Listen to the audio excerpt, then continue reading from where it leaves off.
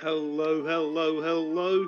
Welcome back for another Saturday day, morning, afternoon, whatever it is in your locale. We See, have that's all why of I the... go for good morning, good afternoon, and good night. Yeah, but you're more I mean- organised than I am. Oh, Jesus. Anyway, moving on. I am turning Vanny's volume up. Give me a tick. She's very quiet and softly spoken as always. We have the usual suspects. We have Ed on Colwyn the Rogue. We have Dat AV Geek on our sound system. Gulda, the Dwarven Barbarian. Hello. Jadis, the Tabaxi Bard Dancer. Hello. Tanya Nord, the not criminal, the what is it? Not an arcanist. Artificer, that's it. I keep going to call him an arcanist. Artificer. Yeah. Hi. I'm innocent. And hashtag free Tanya. and of course, and Gillison Varys on the Alvin Noble Warlock. Yeah. And last but not least, our wonderful GM, Ash. Well, you can decide how wonderful I am after I sort of get through this session. Would anyone like to give us a recap for a chance of bardic inspiration for their character? No, because I wasn't here last week. I'll give it a go. Scorpions happened. Tanya got arrested for having a boomstick. A little more than that. We got off the barge. We said goodbye to Ku. The orc. Red orc. Yep. Yes, the red orc. I didn't say ogre this time. Yes. We found that there was a big ass tree across the road, and Varys said, "Everyone, stand back." Mistakes were made. Yep, mistakes were made. Yep, and then that failed. So they pulled with horses, and then more mistakes were made. No kidding. Then we set up camp. We discovered that there are scorpions around, and we worked out how to avoid them. Except for Tanya. I hate scorpions. Yep. We know. And then we approached the wonderful Dragon Keep. Dragon Watch Keep. Yeah, the wonderful Dragon Watch Keep, and we saw some soldiers, running about, and they were basically getting the attention of the scorpions, and then killing them. And Tanya says, "I can fix." And Tanya says, "I can help with that." Fires, and then she fires her rifle, an unknown weapon, near these soldiers. The soldiers say, "Oi, what's that? Give it here. Let's have a look." Very quickly, we're getting fan sounds on the mic. Also, is that better? Chris is echoing a bit. Thanks, Nord. That's because the sound was echoing because the fan was activating it. I've got it aimed away from me. I will sort of give me a tick and I don't know what I can do about it, but it's aimed away from me a bit now. I also had a fan going right next to the mic, so that may have been me too. But yeah, and so we ended up, and so Tanya said, "Okay." No, I'm echoing. And so Tanya said, "Okay, here, let me have a look." And so Tanya gave the weapon to the soldier, and the soldier was looking down the barrel and pulled the trigger. Darwin Award winner! Woo! Ironically, I did try to say, don't pull the boom. In fairness, it can't really be classed as a Darwin Award winner if they have no idea what it actually is. Yeah. No, I don't think that has anything to do with it. Anyway, we'll yes. get into that. Leave poor Charlotte Darwiner alone. So Rest in peace, Charlotte. Verena. that leads us to where we are and what's happening. We've had Tanya taken into custody for questioning.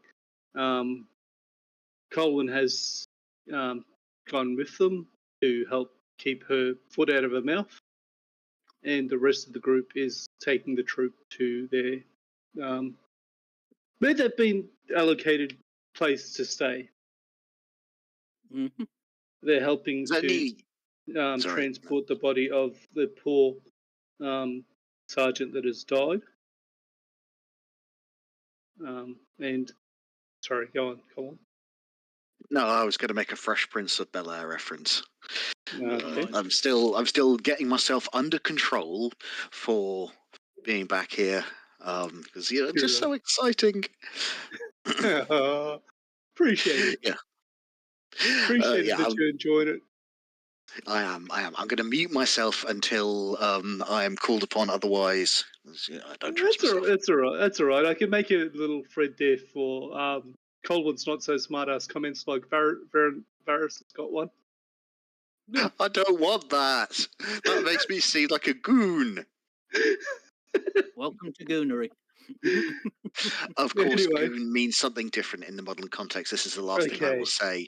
So, as you were led down through this, as you were led down the road ahead of the carts on your horses, Colwyn, Varys, horses, Colwyn, Buddy, Tanya, sorry, horses moving at a quicker trot, you see, spreading out like a wave, a sea of canvas in various colours, blue, yellow, orderly, laid out in an orderly pattern, streets within it.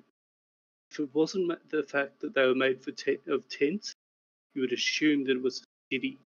Everything has a place. It is laid out, established. There are you see as you get closer, flags down with strings allocating zones with markers on it. And as you go into it, this wave, this sea of tents of various size, some larger than houses, some set in a semicircle, housing hundreds, thousands of people. You've come from Summerford, Colwyn, by no means a small place. This place, this town, dwarfs it. This sea of tent dwarfs it, and you get the impression that there are still more people coming from the areas that are marked out at the outer edges that you see as you pass through.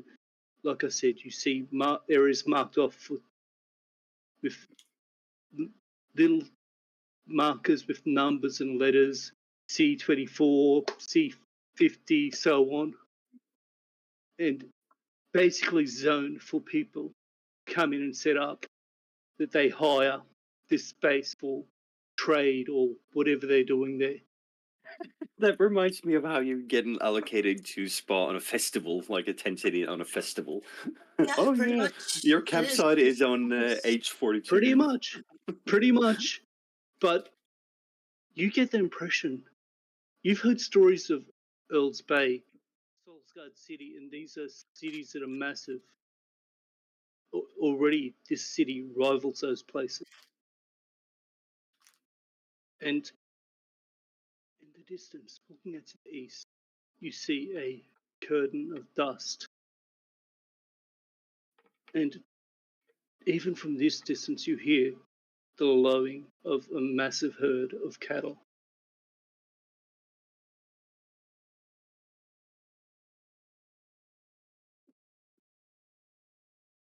Further to the north, another dust cloud. Coming from the other direction across the desert. Uncertain what it is. But there is people moving everywhere of all nationalities. There's a Tabaxi, a Leonin there, an Orc, elves, people of all races here. And so many stands. People selling wares left, right, centre, potions, weapons, animals, armor, anything you can think of as being sold, as people call to you.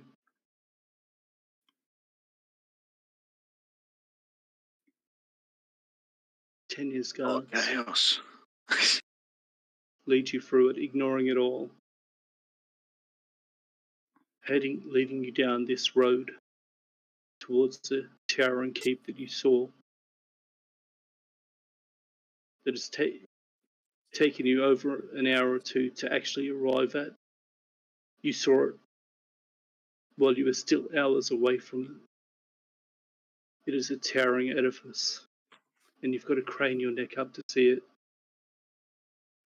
Massive walls,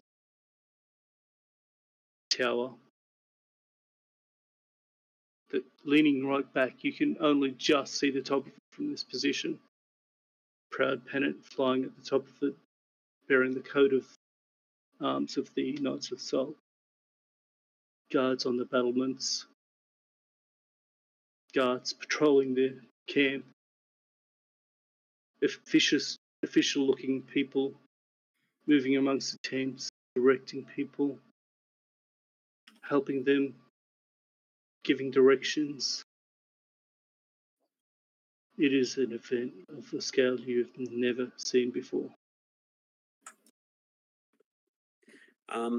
Can I do something? You're not actually at the camp yet. You're not actually there yet. You guys were travelling at a slower pace.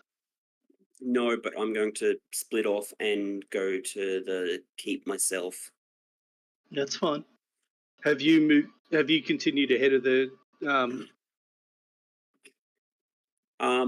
As far as that goes, I'm basically going to say, I need to go. I need to go see one. I need to go see someone. I'll go and try and get some help for Tanya. Varys, hold up. Did you go ahead of the group with this group? Make your choice. Did you go with Colin and Tanya, or did you stay with the car? Since Colin and Tanya were going straight for the keep, then I would have gone with them. Okay, good. Done. I just need to know now because we're not retconning it later. Isn't Varys the one with all the details of where we're staying? All right. As far as that goes, I'm going to say, all right, you guys are assigned to this area. I'll meet you there in a couple of hours. I'm going to go get some help for Tanya. As a note, the dancers group, the bardic and dancer group is at allotted area A22, right near the keep. I have to make a note of that. A2, sorry, not that 22. You are literally right near the wall. As a note, Venny, the stage it's set up for you to perform on is actually A1, so you're right beside your stage.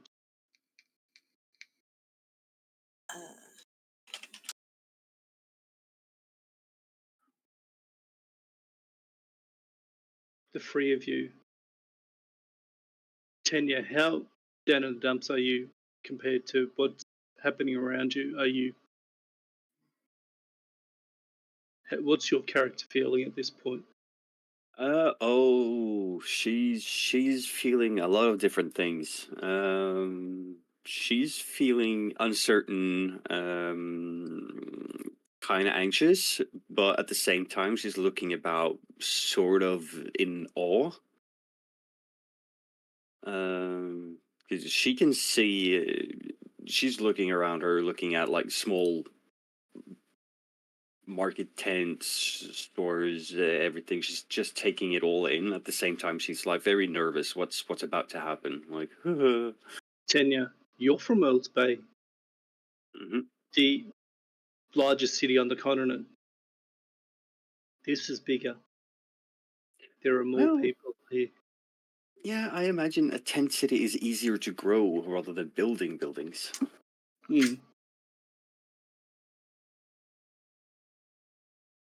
So you are led to the keep, Dragonwatch Keep,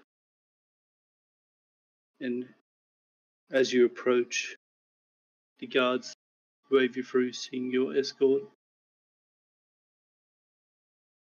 bow to Varys in recognition, out of respect for his rank.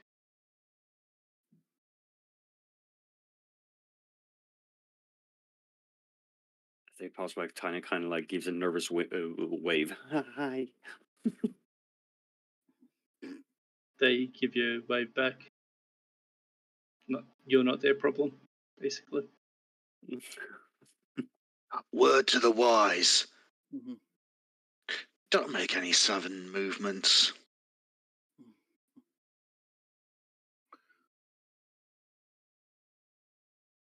You You are led haven't, into the, which is good. But I want to get ahead on that. Sorry, go on. You are led within the keep. These gates, you could ride 10 horses side by side through this gate. Massive portico hanging in the gate as you pass through. Looking up, you enter a tunnel, maybe 100 foot, the width of the wall. You see, looking up, slots for arrows, murder holes for oil and pitch to be thrown down, followed by another portcullis. You get Ominous. the gate itself is designed as a killing ground for anyone trying to get in. Kill box. As you emerge from the tunnel, you see on the inside of it covered platforms from the wall for archers to turn the courtyard itself into a killing field. This place is designed for war, to hold a small army.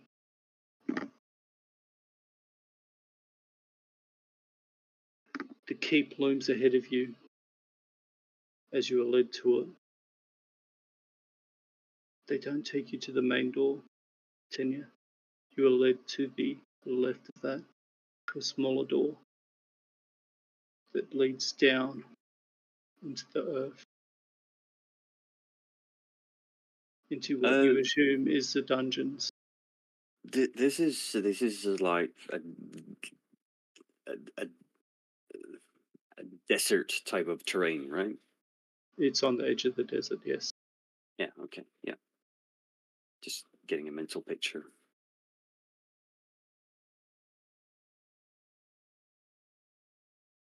You leave the heat of the day behind you as you go down into the earth and are led to a small room with a cot. If I may, Sorry? if I may, for people imagining it, the terrain itself is more. Think of the Grand Canyon. It's not quite in desert, but it's the rocky bedrock before. So Yeah, it's exactly solid. what I was picturing, yeah. But yeah, Makes sense. Yeah. Can I ask a question? You may. Where is the commander's office? Is it? It won't be down here, it'll be inside. All right, I'm going to split off and go up to see the commander. We'll get to you in a second then. All right. You actually know your way around the keep, so I'll get to that in a second. Tanya, you are presented with a small room. Just a quick thing here. I would have left my steel defender with the Jadis, Golder, and the rest of the dance group. Not a problem. You are led into this room. The guard looks at you sympathetically and goes, "Get some rest, girl. An investigator will be with you when they have a chance." Turns to you, Colin, and goes, "We could provide some accommodations for you. They're not the best."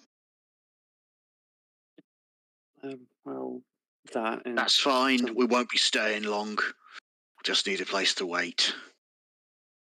Nods to you. And he unlocks another room. Leaves yours unlocked, Colin. Your door, after you enter, Tanya, is locked. Mm-hmm. Colin, you may come and go as you please. Awesome.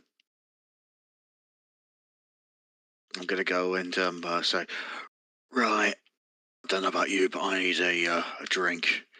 You want a cave while I'm up and about?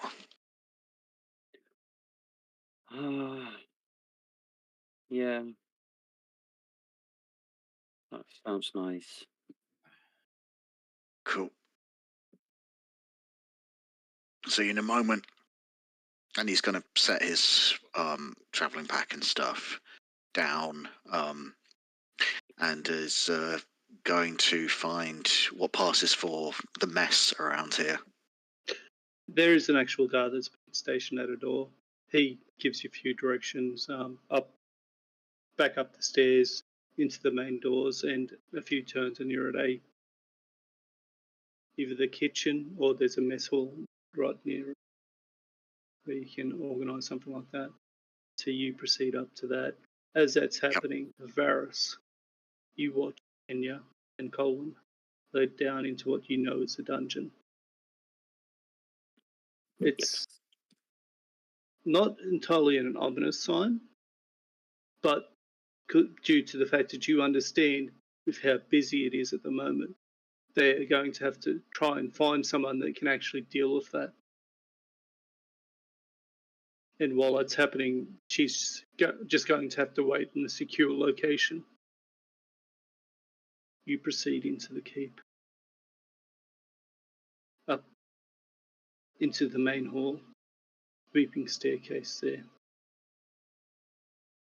Again, looking up to the left and right, you see the archers' platforms that you know are there. Several men stationed on each, longbows on a rack behind them, standing guard.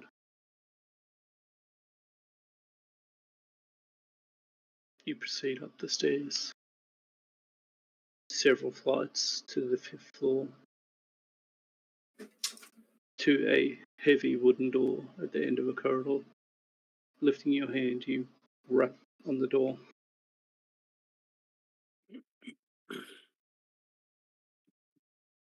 Who is it? Varys is going to say. Varys is going to say. Varys is going to say. Varys is going to say. Sorry, having trouble speaking. Varys is going to say. Varys is going to say it's him, basically. Not in those words. He's going to like say this is. He's going to say this is Lord Gillison. Why not just say it in your? Why not just say it? He can hear you. Yeah. Although it's saying because he says it in somewhat of an official voice. It's not his normal relaxed tone. It's more of a like. Yeah. Come in then, young Gillison. You go into the room, the office of High Lord Gavin McCree, and you see this powerfully built older man, balding, grey hair, thick moustache, piercing brown eyes as he looks up at you from behind a massive stack of paperwork. Just a mountain of it on the desk in front of him. He looks harried. I've got a minute to spare. We are in this at the start of the festivities, and it is crazy. How can I help you there? I can see from the paperwork. There was a slight incident on the way into Raises an eyebrow. One of your guards mishandled a weapon and managed to kill themselves. He raises an eyebrow. I see. The owner of said weapon is currently in your cell, so you'll be asked to assign to assign an investigator. Would you like me to expedite it? Oh, where you can. Although as far as this goes, I do have He to reaches out as you're talking, rings a bell. as far as this goes, I do have to ask. Do you know if the cartographers have arrived? Because They have. Several of them have. Because I would recommend. I would recommend. What's Gertie's full name? So Gertrude Gibblespit. Yeah. And so, and he says, he basically recommends that Gertrude Gibblespit be asked to piggyback on the investigation as she has knowledge of the subject matter. As you are saying all of this, in addressing that Bell, a young man, maybe 20, 21, enters a room, dressed in fine clothing, nothing too extravagant, well kept, well groomed, sandy hair, tall, lithe but muscular, and moves with a grace similar to what you've seen in Jada. Hammond, just the man I was looking for. I have an investigation for you.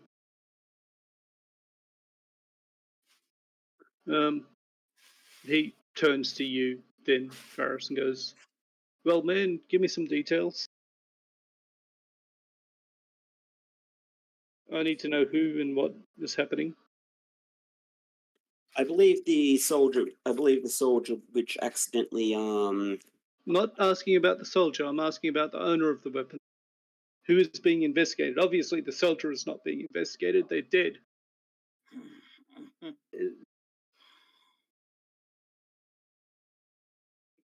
Slams his fist on the ground. He is impatient, tired, and doesn't have the time for this. The name of the owner of the weapon, sir. Tanya and what's her Grinds. yeah. He says Tanya Grindstone. Grinds. No stone. Yeah. Tanya Grinds. And where might he find Miss Grinds now? As far as this goes, I In the believe cells. she was taken down the cells. Very well. Would, at your convenience, Master Gillison, you will make yourself available for questioning, I'm sure. Of In course, the course of his investigation. Of course, I was a principal witness, and the other principal witnesses shall be found near A2, as they were part of the dance troupe. France. Yes, that bit of your uncle's involvement in this summit that's coming, and he sighs at that, runs a tired hand across his face. I don't mean to snap at you, sir, but I have not slept in. I can't. Anyway, I'd ask that you wait for someone to come to you so you don't colour his investigation. I attempt understand to that. influence it. I have some. I can guarantee that you will not be able to do so anyway. I've never, not since Kale and I, have I met an investigator as skilled. What's the name of the investigator again? Because I can't. Tammond Lancaster. And I am disappointed that Phil does not recognise that name. I was chuckling quietly to myself.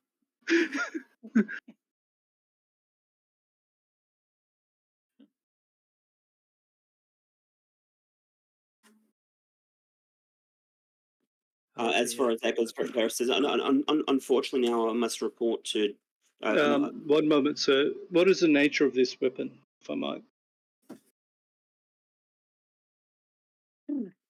That it's not. This is Tammond. He fumbles. He says, explosive. So mechanical. Yes, mechanical. I was not sure if you were aware of such weapons, because I was not aware of them till recently. I am not aware of this weapon. He turns to High Lord McCree, looks at him, goes, "Might I request the assistance of the Royal Engineer Jarrus?" Jarrus? Give me a tick. I've got a whole bloody list of stuff here. I'm trying to work my way through. Going up back at Joris Twist 4, Royal Engineer and Inventor. So, well, McCree looks at him, nods. I'll send word for him to meet you down in the dungeon. Also, I believe there's the sorceress, Alifra Windriver, is here from Summerford with her husband. The cartographer, the archer, the arcane archer, the leader of the... Renan!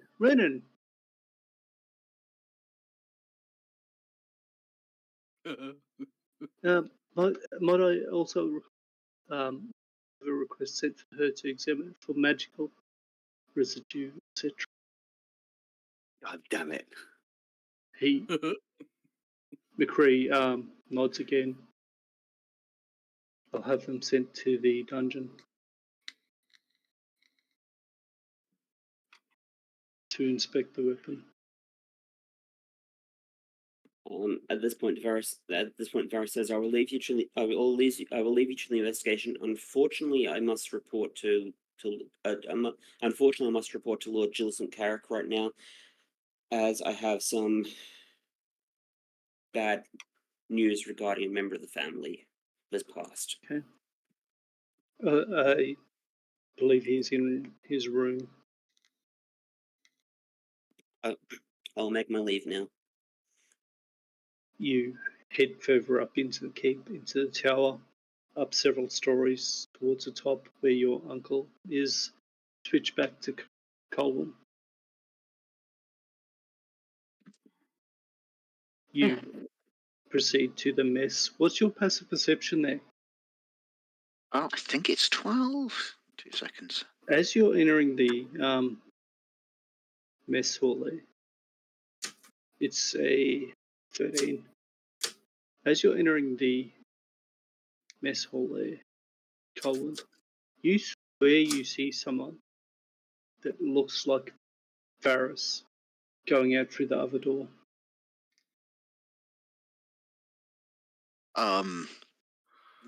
Stops, composes himself, thinks, well, elves do look similar. It's entirely possible that it just happens to bear a passing resemblance, and I am very tired. Mm-hmm. Oh, and this No, you're not even. No. Mouth shut. So Sorry. as you come into this mess hall on the first floor, you see an elf.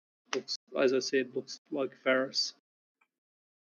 Pass it off, looking around. The mess hall is fairly empty, and you gather that it's pretty much all hands on deck with the festivities underway. The tent city there. There are several cooks hard at work preparing food, beverages, and people coming in and out getting food. Yeah, he is going to take his place. I'd briefly ask where's the line for bevies for a hot drink, and take a place there and wait to grab something, keeping his ears open for anything that sounds interesting as people come through. You wait in the line. It's quite a long queue. Talking about the great race that's going to happen with the horses to this massive competition, this horse race across the desert and back. Oh, cool. Some of their favourites, people are talking, especially here in the keep, are talking about the two knight captains that are involved. Give me a second, see if I can find it here, because I've got a massive number of names and stuff here. The engineer's just texted me to say that he's on his way, so I need to move my dishwasher. Okay, cool. So they're talking about the two Knights of Sol, of two of the captains of the first and second Lancer companies of Dune, not Dragon's Watch Keep. Go Grey Mantle, first captain of the first Lancer company, and alias Bright Soul of the Second Lenser Company. Oh, And talk slow about- down. What was the name of the first one? Grey Mantle? Go Grey Mantle. Give me I'll text you these, actually, to make it easier for you. Yes, I'm taking notes. I'm going to go through it. There you go. And they talk about how the Bronze Dragonborn, Jiang Han, who's favoured to win, natural in the saddle, moves like a centaur. Mm. But they also talk about this Red Dragonborn, Mayhan, who there's a rumour and tales hang around him like a dirty cloud of in previous races of dirty tricks that were never proven, and just underhanded tactics. Mm-hmm. And they're the four main people that are being talked about with this race.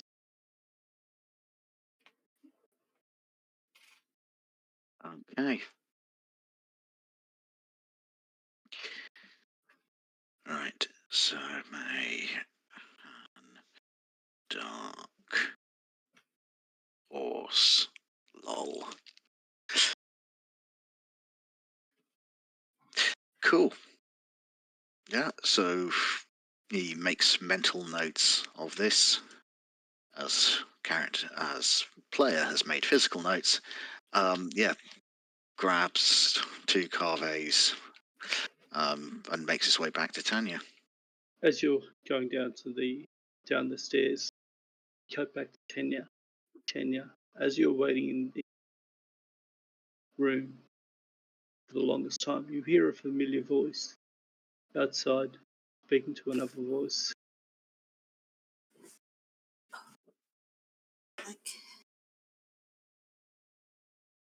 First one is a very familiar voice, Gertrude Gibblebit. What's going on here, Tammond? Tanya wouldn't have killed the guard. It was an accident. Must have been. Got it.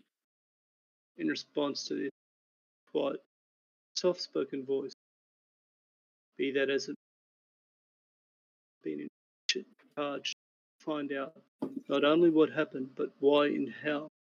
She may not have done it intentionally, but was she negligent? There's a cut. There's a cutting reply, and it's just scorn riddled with it.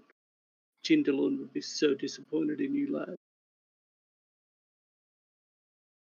The quiet voice replies, hardly, man. He'd be wondering why I was out here speaking to you rather than pursuing answers. Also, I'm sorry, Miss Gibblesbit, but you have no authority here. There's a long, quiet moment that stretches. Then the soft voice speaks again. Move your hand away from the component pouch, Archmage. I'm far too close for you to have any time to get a spell. Then Gertie's voice comes across angry, furious. And the tone itself feeling like a molten metal. You've heard this voice before, Tanya, and you generally know it's time to duck and cover and just run for the hills. Yep. Says, That's what she's doing. She's crawling up in a corner. I'm like, oh shit. I could melt the flesh from your bones, Taman. She starts, but she's interrupted as the calm voice says, before you can even start that spell, I'll have struck you half times mad, leaving you stunned and at my mercy. Now please, trust me to get to the truth of this. This is not a witch hunt. I'm not here looking to punish anyone. I just want proof. There's a wordless growl and the sound of receding footsteps. And your door opens. A tall, sandy-haired man stands there, clean-shaven, neatly dressed. Steps into the room. Door open. watching you. Yep, go for it, Ed. As Not you're coming down, interrupting something, am I? as you come up, Gertie glares at you, walks past, muttering under a voice in Goblin. With a little bit of study you've done, none of it can be repeated. He bites his tongue and resists the urge to say, "Kiss your mother with that mouth." He does not say that. He thinks it internally. So unless someone's reading his mind, yeah. But anywho, right. You see the young man step into this room. The door open. As you come up to the door with a carve out in your hand, you see him standing there, looking at Tanya. Not aggressive in his stance, just waiting. Watch.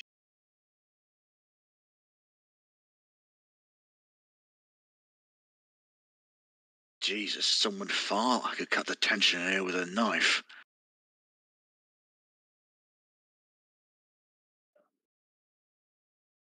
Anyway, coffee, Tanya. Carve even. Thank you.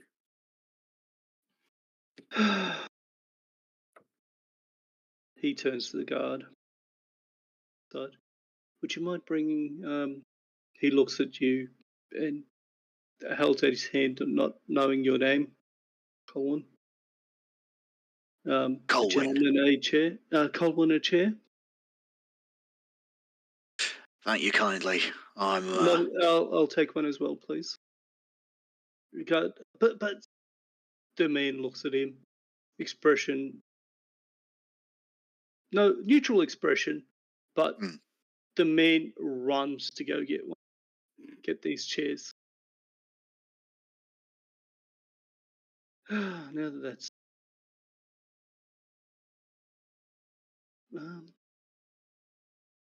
I need to know what happened. I think introductions need to be in order before we continue. I apologize. I am investigator Tamman Lancaster. Sorry, I have that many NPCs at the moment. Hey, dude, you've got a lot juggling on your plate, and this is the first time you're bringing them in.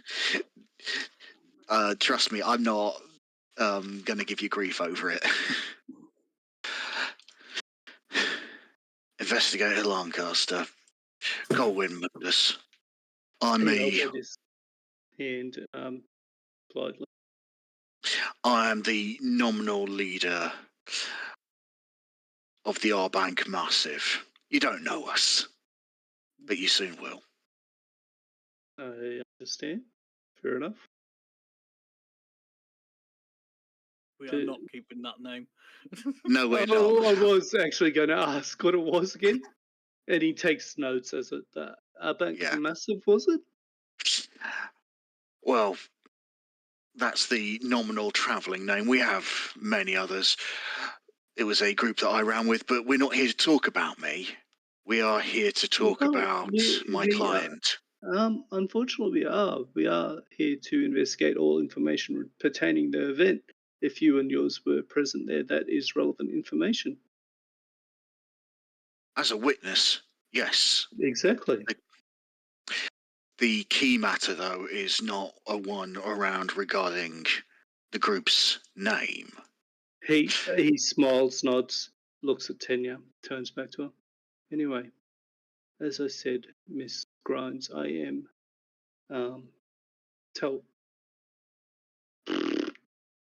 what was his name again? Tamman Lancaster. Holds out his hand politely. I want you to feel at ease. I'm not here to pry answers from you, turn you into some sort of scapegoat for the death of someone that, if you are not guilty for it, you will not be found guilty. I am here to investigate what happened and how it happened and why it happened. What happened is fairly simple. Someone died. Can we agree on that? She arches one eye, raises one eyebrow, arches the other, like kind of like in a mix between insecure and wondering at this point, and then reaches out her hand, shakes it like, yeah, we can agree, and I can also explain what happened and how it happened. If you might, that would be a very good start situation. Very well.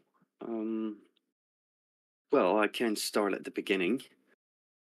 I will be cutting in if there is requiring any clarification on the part of my client. Tanya rolls her eyes like, oh. He pauses, turns to Colwyn. There is questions as to why. A defence inquires in this situation. I understand your desire to.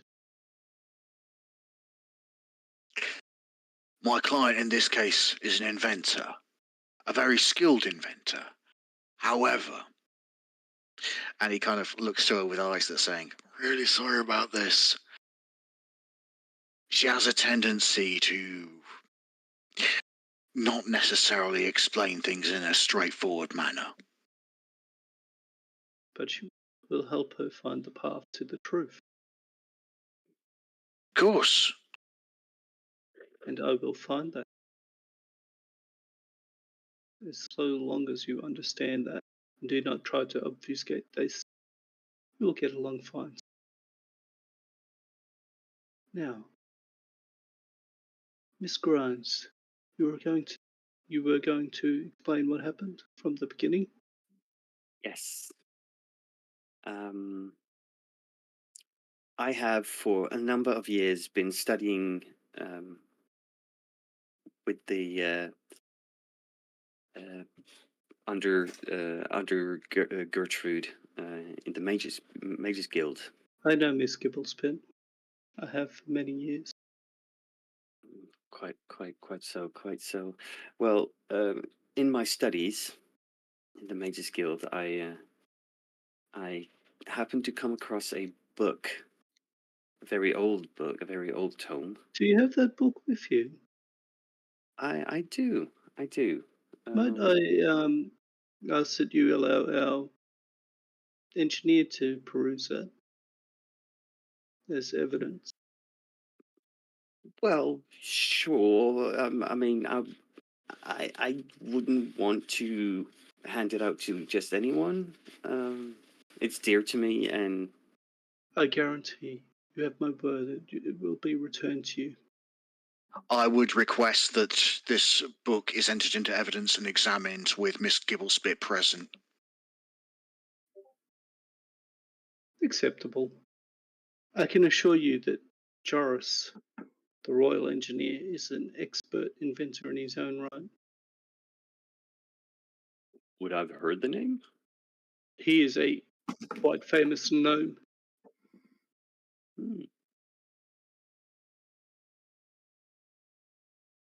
I know of him. Thank you. Please continue. Well, so with my interest in the old, what do we call the age? I can never remember. Depends on where you're from. Pre-Phoenix Fall is what is generally referred to. Well, that. So much has been lost. Yeah. Ancient history? Just go with ancient history. Well, just basically everything before it is pre-fall. It might have been referred to something previously, but you got to understand how much history and whatnot was just lost and how catastrophic the Phoenix Fall event was. Yeah, well, I'm just thinking like within a conversational setting. In the book that you've got there, it is the humans that wrote that book referred to it as the Age of Arcanum. Yeah, but the book itself is generally very, very old. It is. Well, the book stems from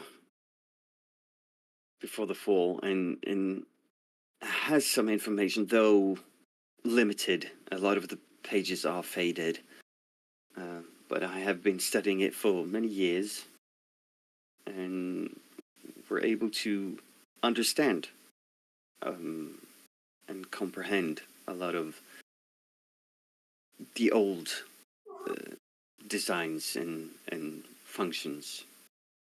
And with that, I have been able to design and craft my own version of these, well, let's say weapons of the old days. I see. So you've recovered lost technology, pre-fall technology. Yes, but with my own flair, and my own design, of course. Understandable. Would you be willing to show Joris, go through it with him and show him? So my understanding is a priest.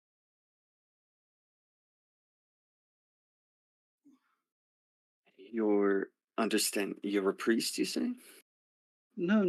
I am my training is that of a monk, Oh, but also an investigator. I studied under I don't know if you know him, a Sergeant Kalen of Varen's Bluff. Colwyn slightly shudders and kind of adjusts his collar, fixes Carve. well, Tanya wouldn't know, but No. Again, I would Um, request Miss Gibblespit is present for this in order to answer any technical questions beyond the knowledge of my client. That's Tanya quite kind of alright. like raises her hand as well to sort of like interrupt Colin and goes, well, in all honesty, I think I think I'm pretty sure that, and I'm speaking for myself as well, I'm pretty sure that Gertrude and myself would very much like this invention of mine not becoming, how should I explain it, something that falls into the hand of just anyone. Colwyn winces slightly, but I'm not trying to steal your design, so that is far from what I seek to do. I don't care about the weapons outside how this happened. It is not my cause or plan to seek to steal it or reproduce it or whatever. I just need to understand it, to understand how the situation occurred. If you would Very prefer well. to leave Joris out of this, we can, though you will have to spend time explaining it to me. In my Very well, I understanding of can. these is far less. And Joris, you could explain to him engineer to engineer,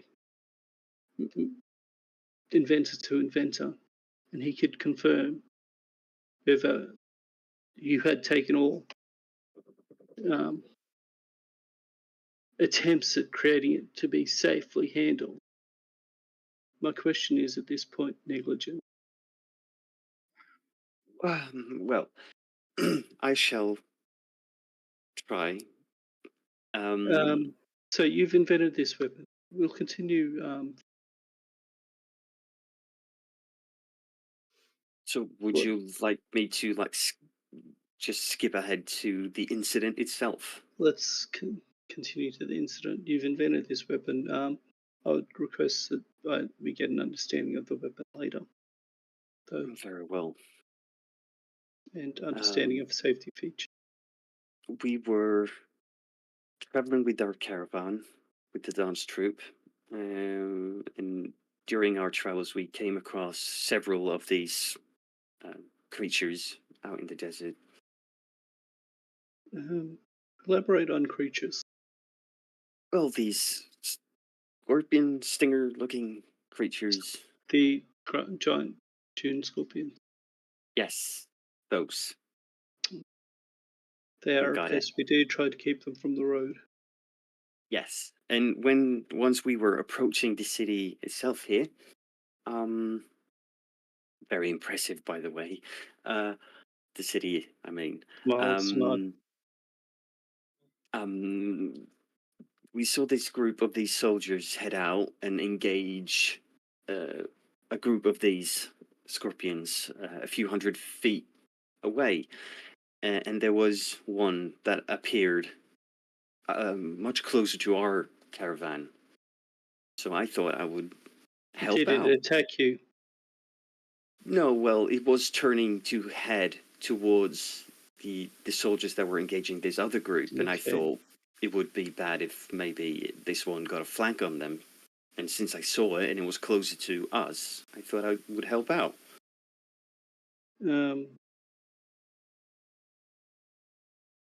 He pauses, looks at you. I'm going to roll an insight there for him Well, to yeah. see if Again- that's the entire proof. Well, it's close to the truth. That's what the Yeah. insight check's for. And So, sometimes even doubt and misreading a situation can be a thing.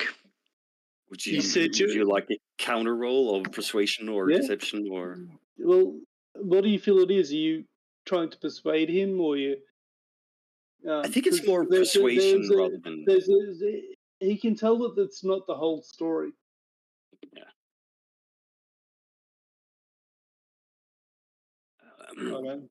So I rolled a 2 and I have a -1 modifier.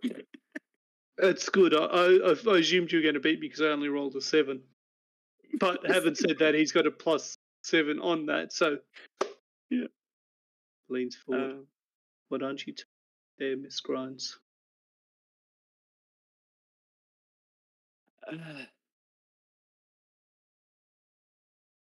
Well, one of these I attacked us earlier and managed to kill my horse.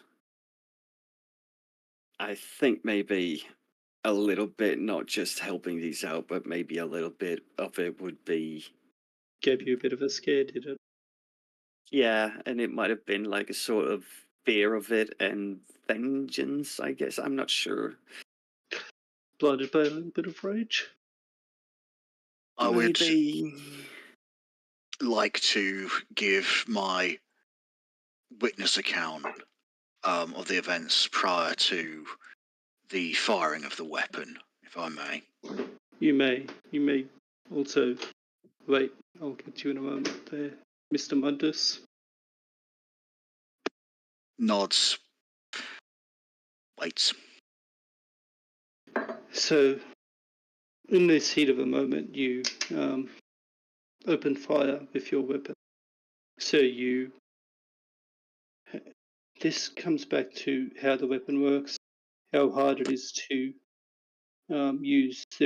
Is there a component of strength to it? Do you draw something? How does it work? I need to understand that. Do you understand why I require knowledge of the weapon? I do.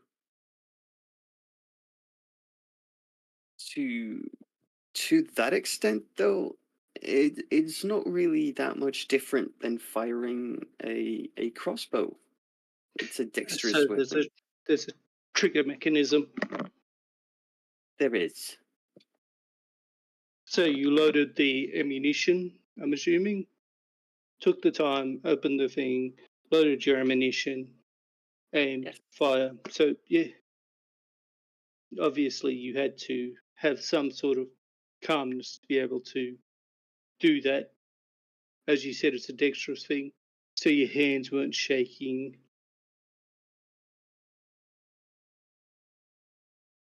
Well, like I said, it's like handling any other crossbow.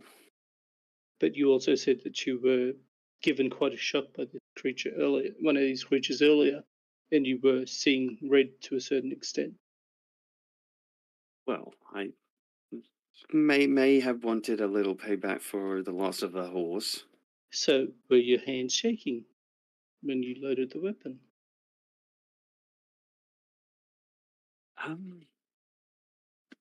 I can't remember. Understandable.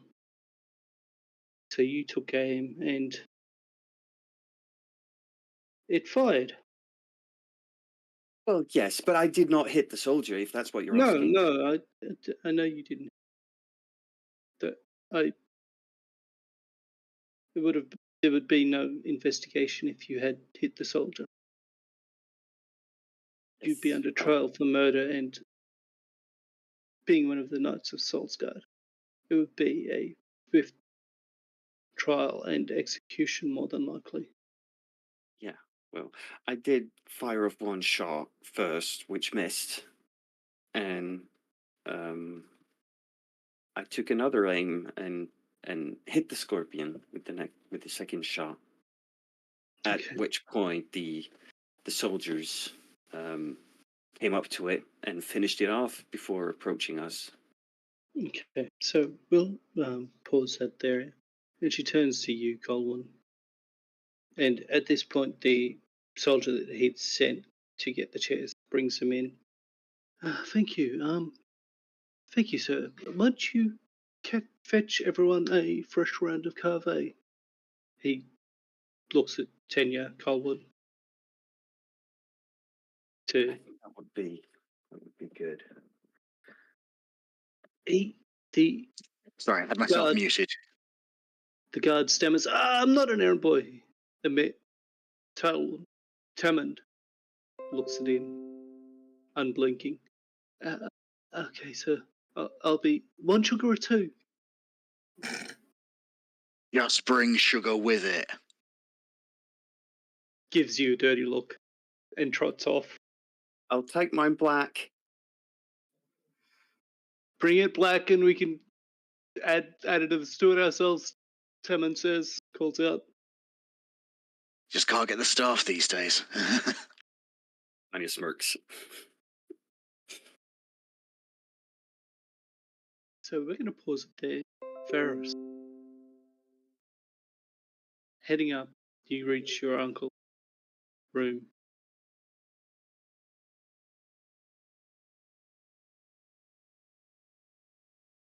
Politely knock again. You're invited to enter. You see your older brother, Arden, there, talking to your uncle, Eric.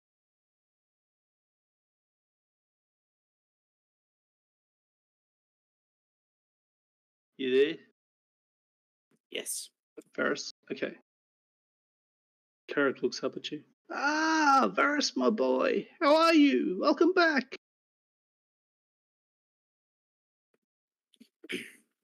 And Varys and as far as this goes, Varys says, it is great. It is great to see. It's great to see you, Carrick. But I bring bad tidings. His face closes off a bit. Lay it on me, lad.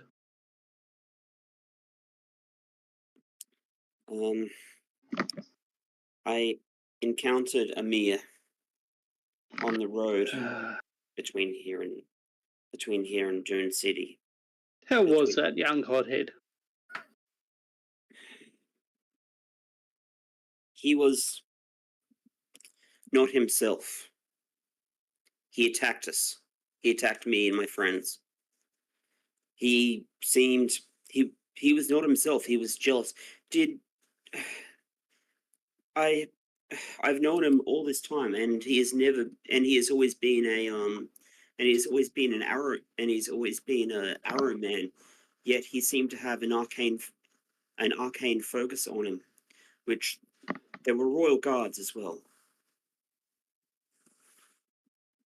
Well, I imagine they've been investigating with the assassination attempts upon me. You yourself were here when that occurred. So they're probably tracking that down. He frowns. We thought we'd got rid of the Shadow Hand, but it seems not. Pardon me.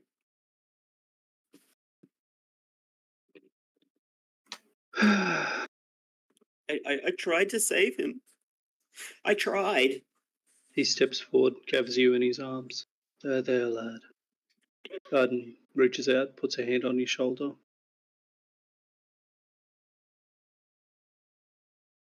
It seems like he might have been under some arcane compulsion there, brother. That is the theory.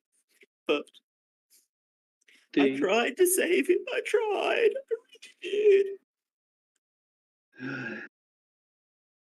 There, lad. Take a breath. We will hold a memorial for him. Yeah. Can I trust you to organise that?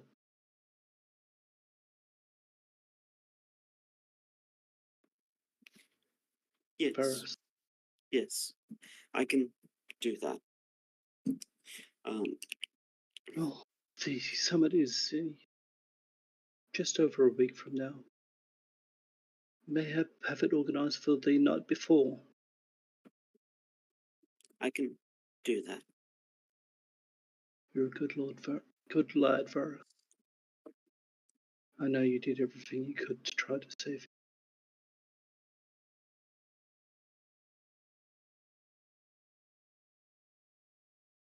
Now wipe those tears away.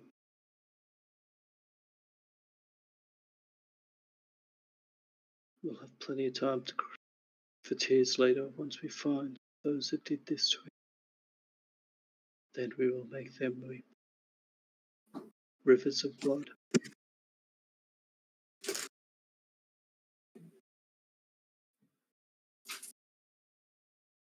Oh, you okay? I am a bit cold, but... Did you try resetting it? Did it work? No. Well, So let me know. Mike. Yeah, I think it's been done. Let me know if there's anything I can do to aid you. Or anything that's going on. Thank you, Carrick. Hey, we're family. There's no need to thank me.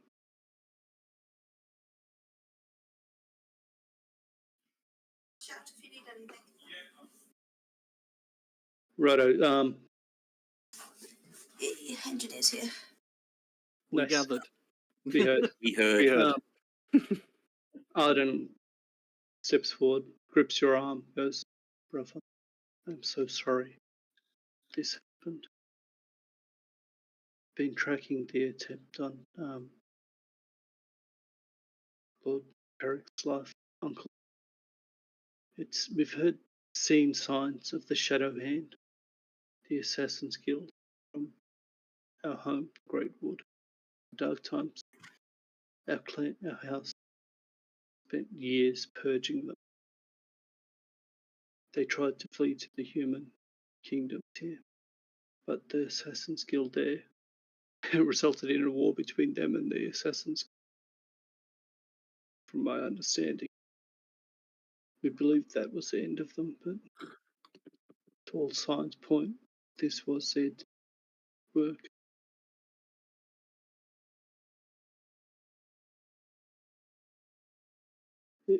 If the Royal Guard has taken our brother into custody to investigate, then I have faith that their dealings in Greatwood will soon be uncovered.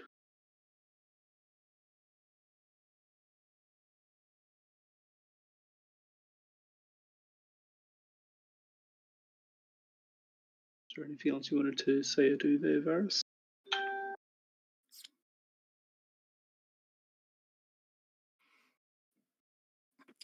Varys says, on the good news, the majority of your dancers have arrived. Oh, that does little to ease the soul or the heart at the loss of my nephew, but your brother nods solemnly.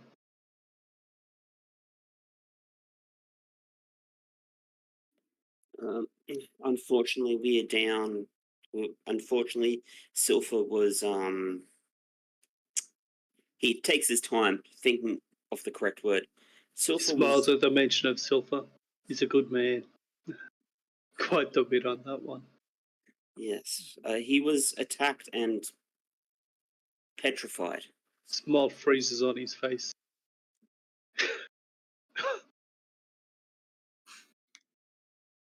Arden, Arden's eyes, your brother, eyes widen in shock.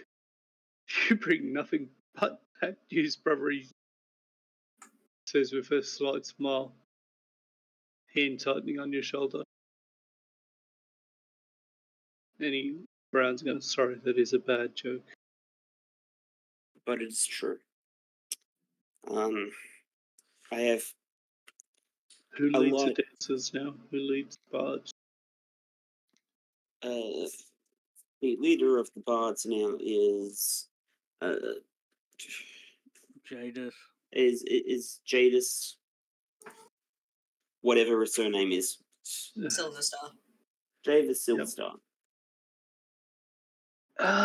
Yes, that's right. That's a tabaxi that we were in contact with through the sendings.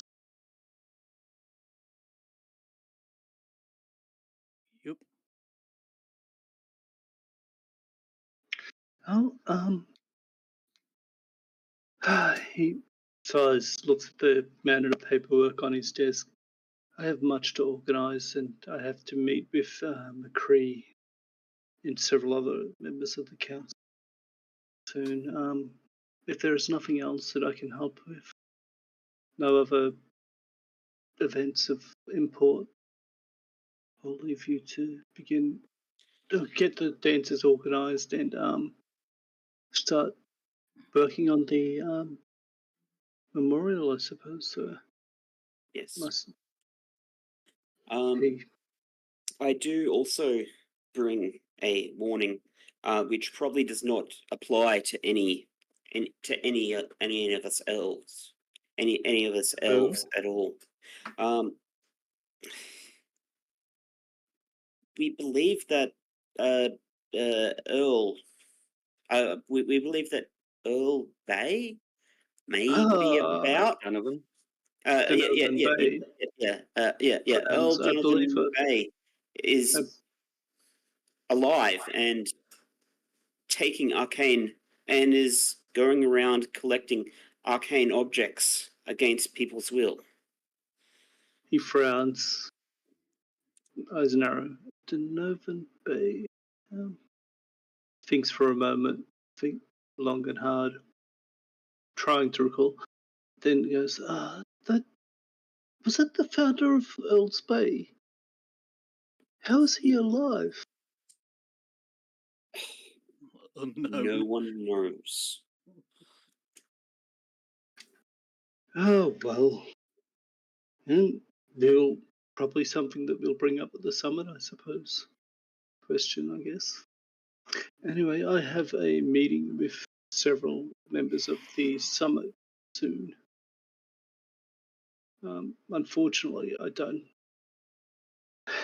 am not given time to grieve. The horrors of politics, unfortunately. I must ask, how is your health, Carrick? It is. I am old. You've improved my health, but I am still old. And he still looks like an older elf.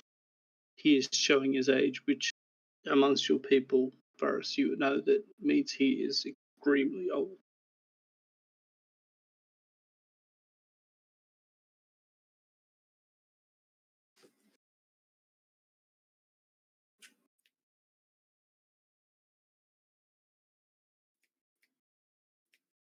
Was there anything else here, Varys, before we move on? no. Although, although as far as this goes, it would be nice if I can join you and if I can join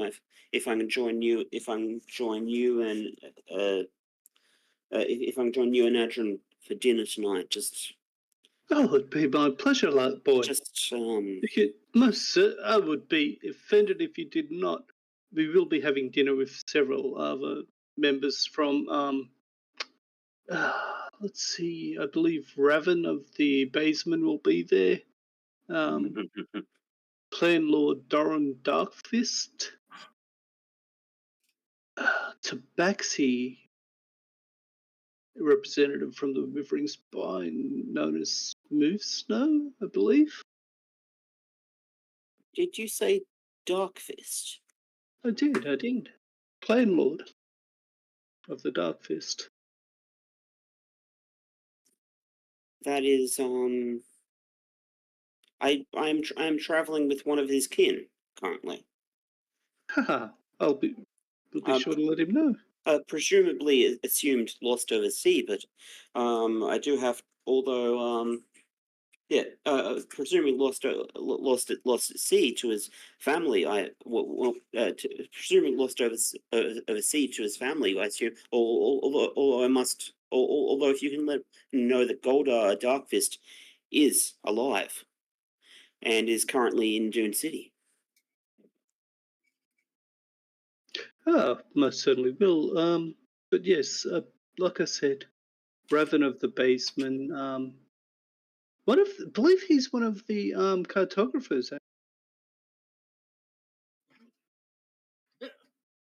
He is. We've met him. He is. You've met him. You saw a lightning storm. Yes.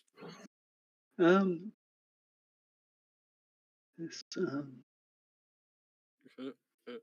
and I believe, like I said, the Clan Lord of the Dark Fist will be here. Smooth Snow, I believe she is one of the chieftain or the chieftain's daughter or wife or some such of the Woken Fjord tribe of the Withering Spine Tabaxi. I would have just said the Tabaxi, but apparently there are Tabaxi over in Elsprung as well. And you get animated and excited. I met one, a Princess Nensella of the Elsprung Tabaxi is attending the summit at the insistence of Haku Nalane of the I don't know what he is. He's an orc, but outside that, I don't believe he has any actual rank. He's just Haku Nalane, but speaks with authority. I managed to bump into an orc. To bump into an orc as well recently, named of Ku. That's a very odd short name. They usually have a much larger name. It means we'll have much to discuss at this dinner. Oh, you yes. might want to point out that he was bright red as well. Do I know that? Yeah. Do I know anything about orc color and what significance? No, this is the first orc you've met. It's only because in this case I say nothing about it. Yeah. He reaches out, shakes your hand, takes you by the arm, draws you into a hug. I look forward to seeing you for dinner. I'll be there, rain, hail, or shine. Not that this really happens around here, but yes. It will probably be shine. Indeed, Carrick. Indeed. Now, if you might give me some time, like I said, I have to meet with Minister Jindalon, and he is to discuss his request that some sort of bug person be allowed at this summit, a Eldritch Char or some such.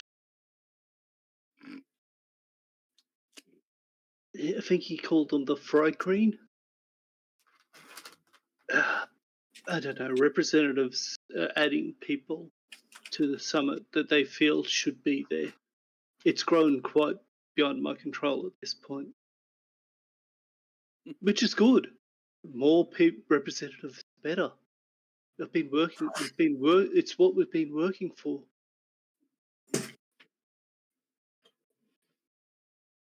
Indeed.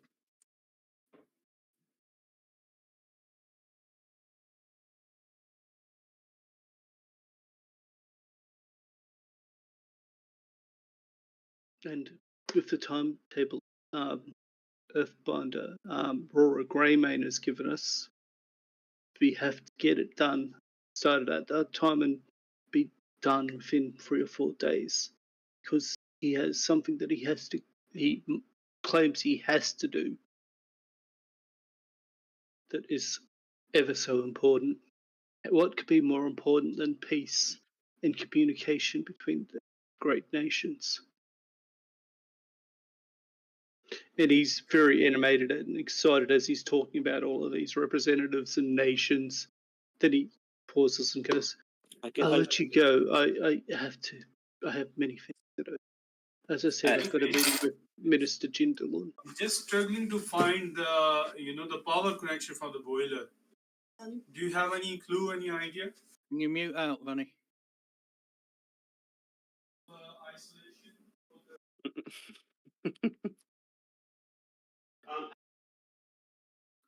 Anyway, Welcome to technical support. At this point, Varys says, unfortunately, I can think of one. Unfortunately, only one thing comes to mind more important than the summit, and I'll get to organising that straight away. Yes. Anyway, we'll leave Varys and what's going there.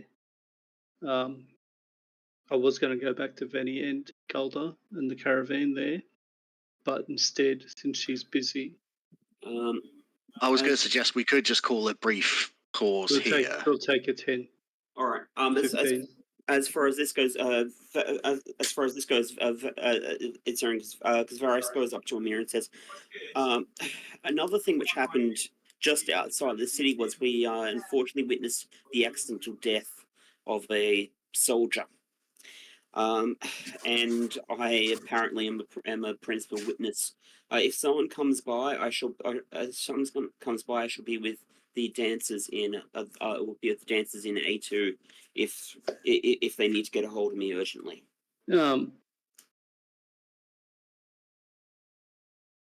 Carrick pauses, looks at you and goes, so you'll be staying with them instead of here, or what? Should I organise a combination with you in the keep, or? Oh, as far as that goes, I will be staying in the keep. I just need to go and check in with the dance troupe I was traveling with. Your room is still available. It is still your room. Your belongings that you had left here are still in there. I had to argue long and hard for them to be left for you. But they are still there and available to you. So we'll leave you there. I'm back, sorry. Golda, Jada's perfect timing. We are going to take a 10-minute pause there. Alrighty. So we'll come back at 10:02. Mm-hmm. So drive coffin nails, get coffee, bio breaks, whatever. Thank you for joining us on this first little adventure here, guys, and the investigation, which we will get back into, and introduction of Dune City. Hopefully I've painted a really decent picture of just how large and how it is for everybody. Yes. The only thing I have to say is cue Law and Order. Ding, ding. Ding, ding. Just be careful because that's probably a copyright sound. And Well, YouTube that's cannot why like I did the it with upload. my voice. Yes. Anyway, anyway, we'll be back and break us here. Love your reaction to the mention of Caleb, by the way, Colin.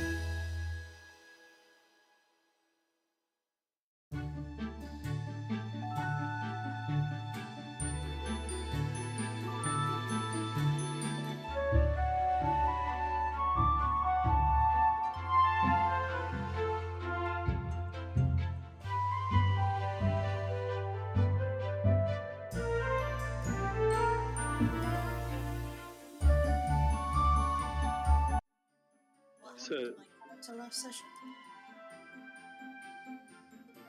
Do you run around the cart Busy. most of the time? You woke I up took in the care middle of of the you. night. Yeah. You woke up in the middle of the night at the tail end of a watch cast to Dissonant Whispers, I think it is, and gave a bardic inspiration to Colwyn. Outside that, you death stared anyone that got close to you because someone had roofied your drink, which is why you were out the first day. You have no idea who it is yet, but you suspect it was someone in the bard or dancer troupe. Probably as a result of your little dance performance during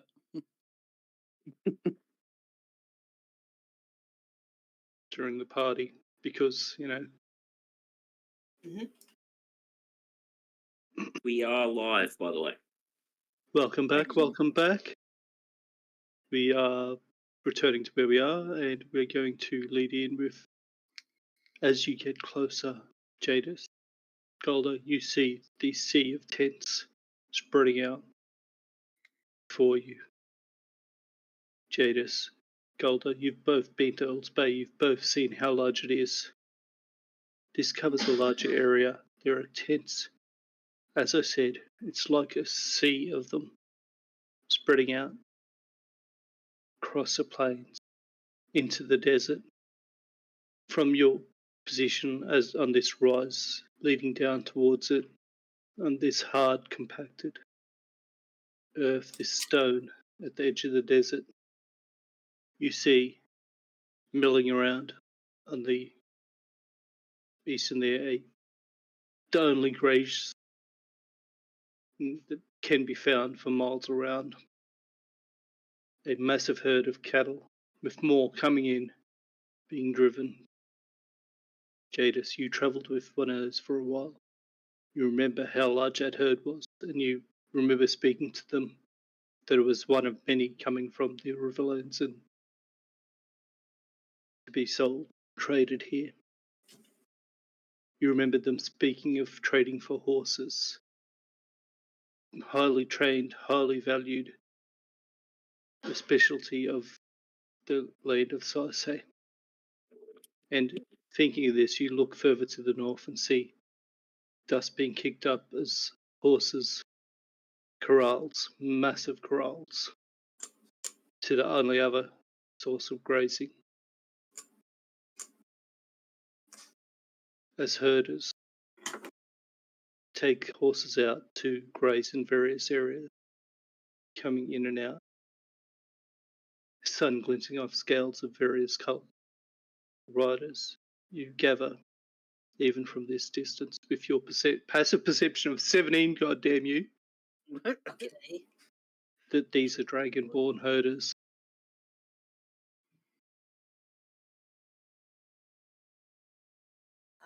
I have a quick look around, make sure that everybody in the caravan's like kind of paying for contention because the streets are packed. Right. Before we get set up, I want a meeting of everybody. So you roll down into the city, this tent city, directly up this thing. On this lane, you see to your left B, to your right C.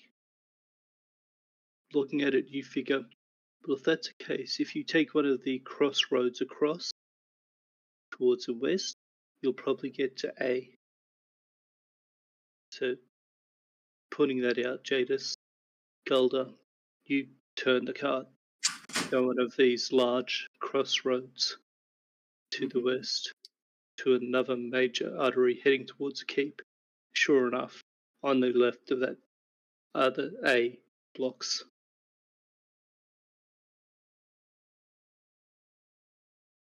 I'm making our way until we find the one that is assigned to us.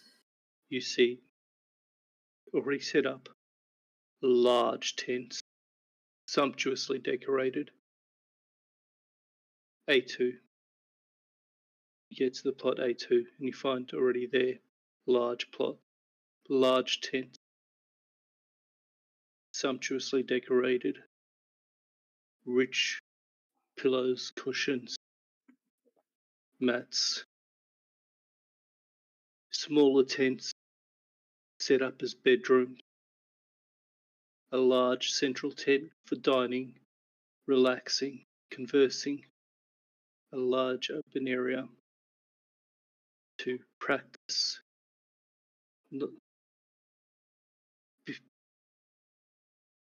Not too far away, but closer to the keep, a large stage set up with the ability to block the vision of people around it. Large curtains that run around the entire stage that you can practice in private.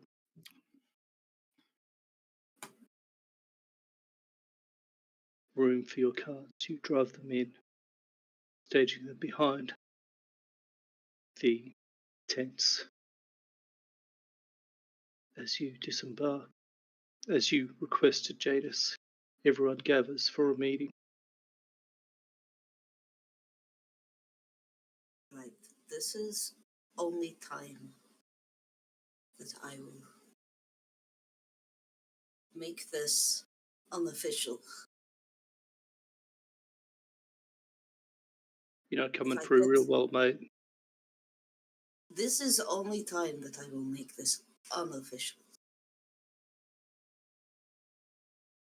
If I get no response, I will be going to the guard.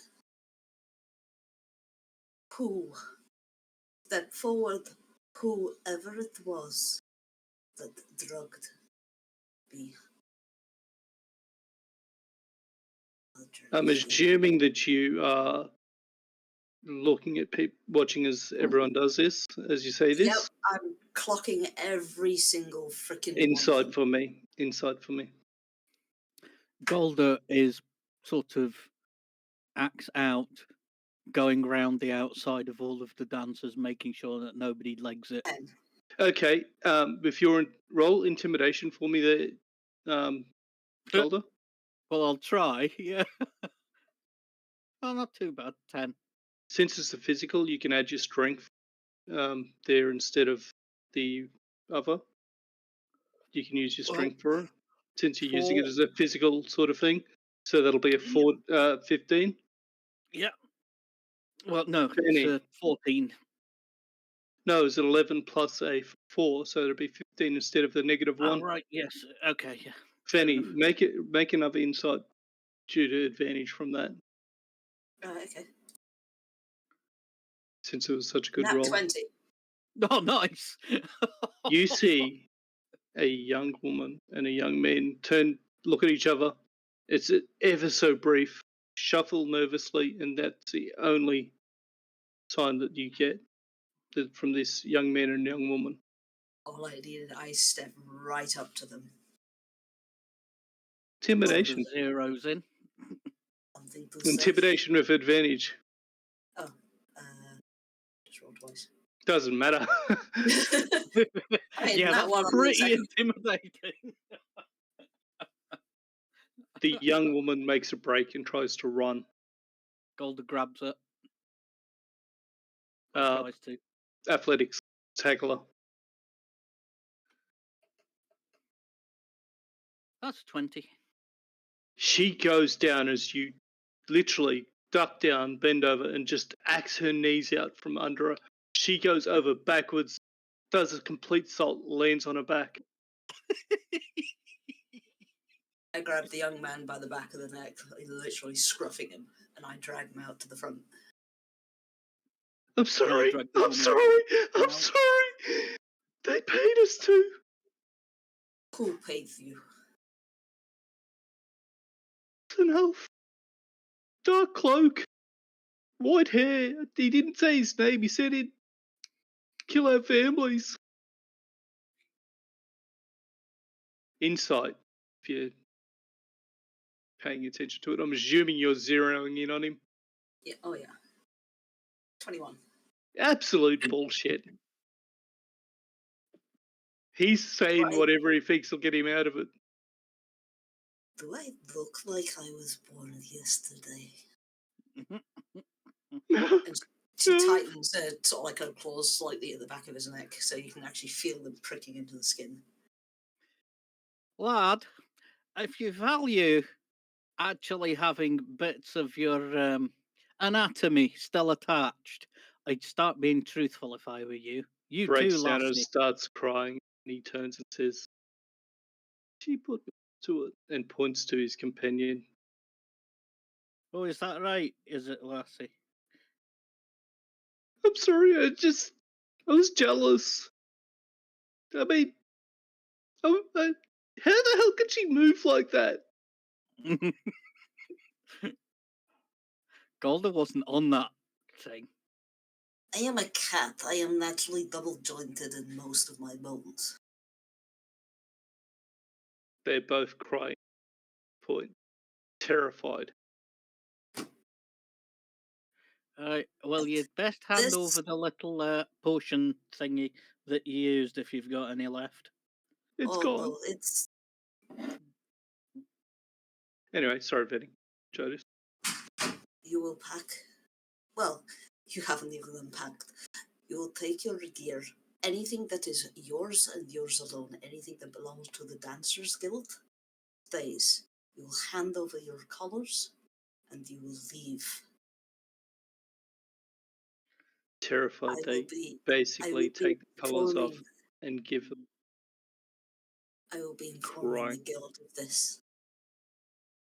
That you are no longer guild members.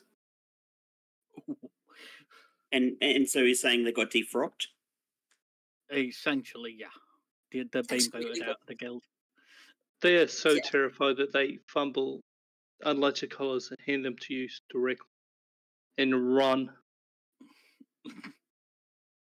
They're gone within a heartbeat out of the taking their gear off the back of the carts.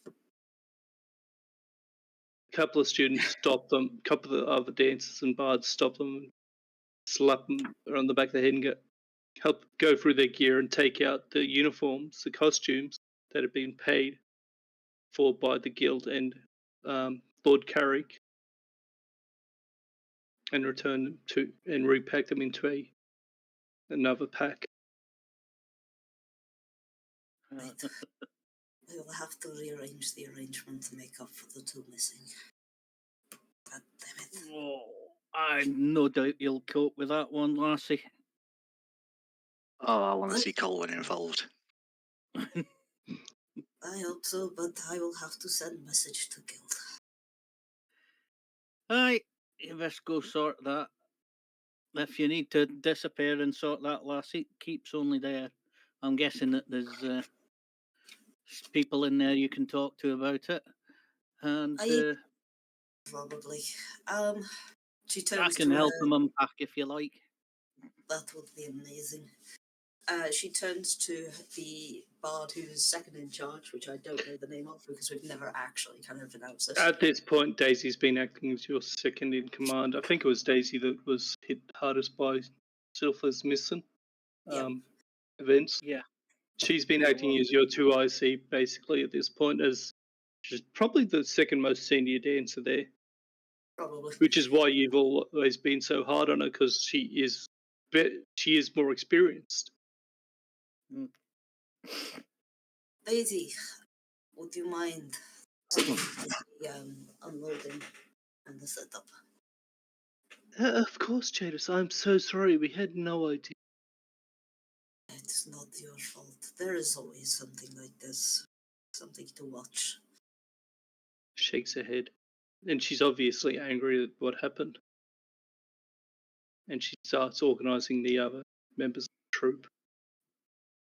But do not forget, people, that this will happen to you. Mostly it will happen on out. It is unusual for it to be within. So, lesson learned. Check drinks. Aye. Wise words. Right, come on then, you lot. We've got carts to unload. Judas? Thank you. And I'll head towards the keep. You head towards the keep. At the gate, you're stopped. Hey there, miss. How can we help you?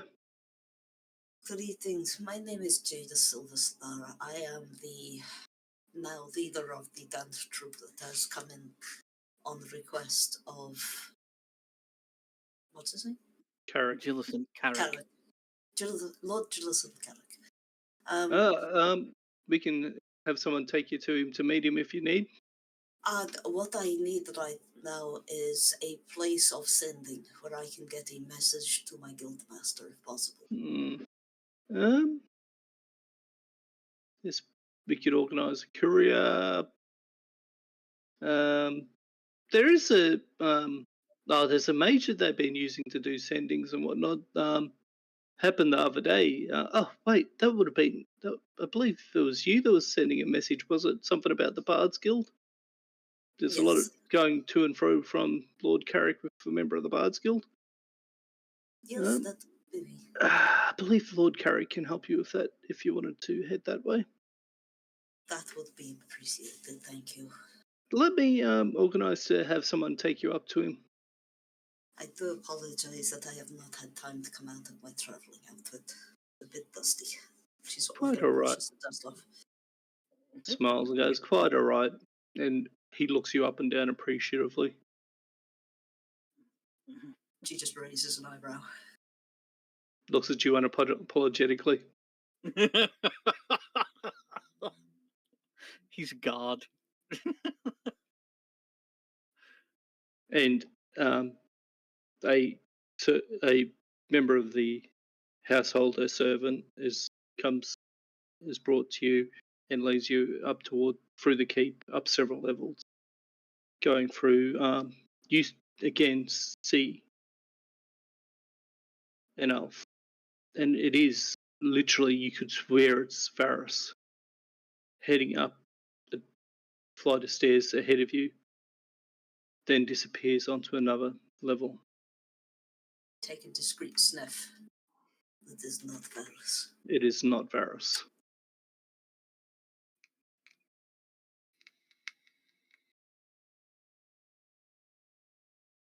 Coming down the stairs, though, moments after this other person has left, you do catch a scent of Varys and meet him coming down as you are heading up. Varys, we are setting up an A2. Yes. We should have food and kind of refreshments sorted. Hopefully. I left Daisy in charge. She's very good. I'm just about to head down there, and you can see that he's been crying. I'm just about to head down there and send him it and check on Tanya on the way, and try and send a message to what is it? Sorry, and send a message to Golda. His clan leader's in town, apparently. If you manage to get back first, yeah. I will let him know. And she sort of like kind of pats you on the shoulder. Shut up, we have work to do. And she carries on up. The serving man takes you up further, leading you up to a heavy wooden door set into this long corridor towards the top of the keep. I say top of the keep, but you've only gone up about 7 levels, and it goes up quite a ways further.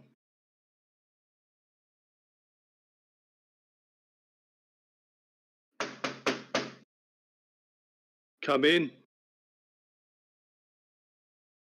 I enter. A tall, elderly-looking elven man turns to you. How may I help you there, miss? Frowns. Backs. You wouldn't be Jada Silverstar, would you? I would indeed. A pleasure, a pleasure. He comes forward, reaches out a hand to yours. I shake it very carefully.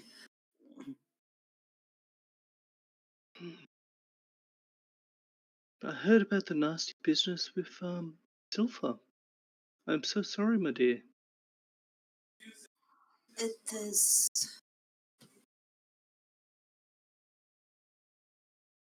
being dealt with. We have. You're cutting in and out there a bit, Fanny. Sorry. Do you need a moment there? You got someone talking to you in the No. background, have you? No. I think I'm alright. I haven't actually kind of moved or anything, so. Yes, it is.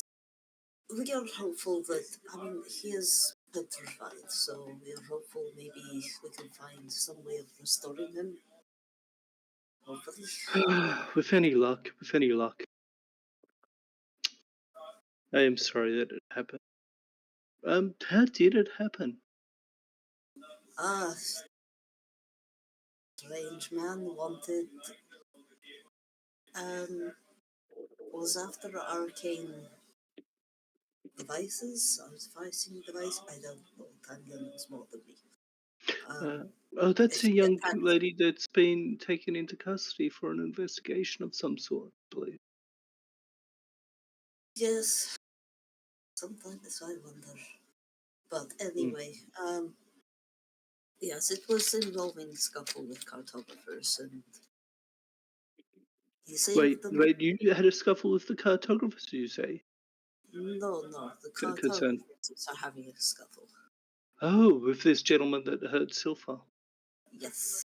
I see. Okay.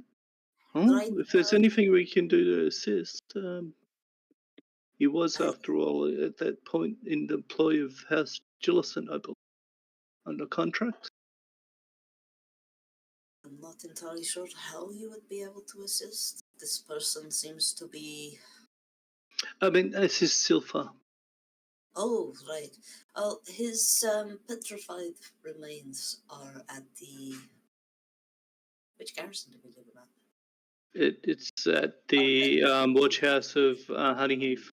Yeah, or at the watch house of Honeyheath. I would be grateful if he could get back to the Bards Guild. Let me have a conversation with one of the priests back home and see if we can have someone sent there to see if they can restore him. That would be wonderful. It will be expensive, but he smiles blandly. I'd be remiss if I did nothing. He was, to all intents and purposes, under our employ and protection at the time.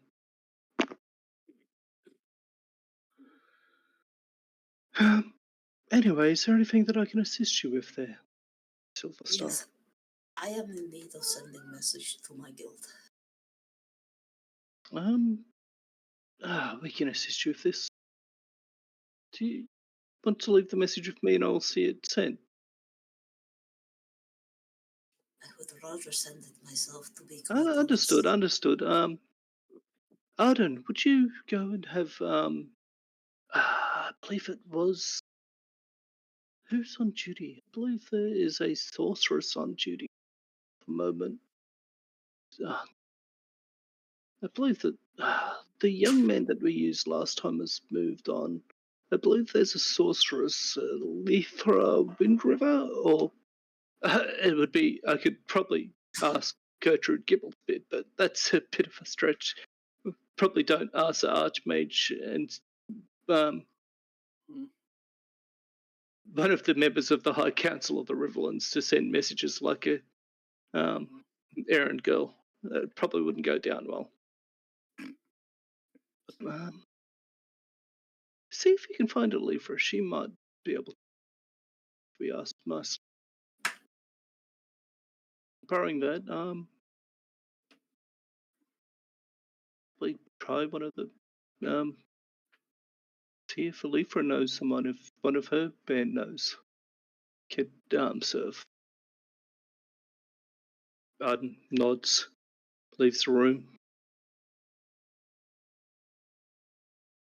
Looking at him, Jadis, he's similar. He looks a lot like Faris, just heavier set, expression more serious, gaze sharper. harder, nods at you, leaves the room.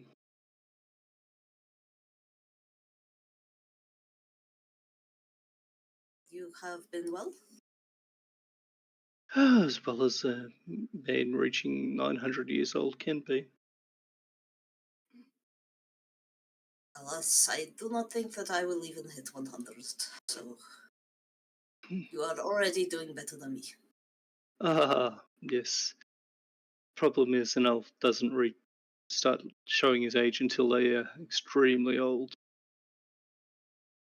We have a saying, once an elder shows his age, you start planning his funeral.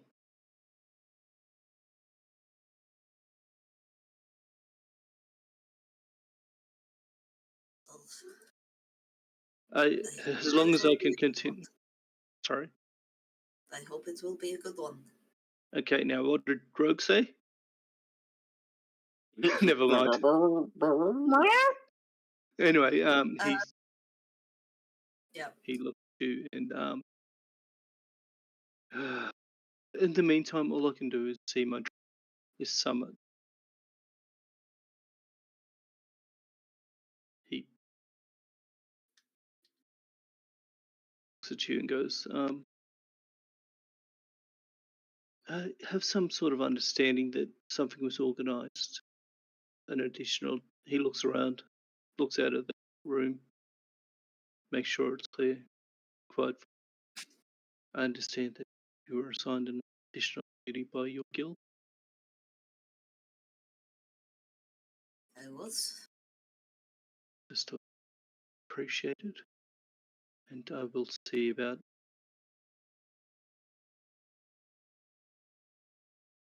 And we will leave you there briefly as Arden goes to find someone to conduct this message. Tanya. Yes. Dun dun. Colwyn. Tamman looks at you, Colwyn. Was there anything you'd like to add to that from your perspective?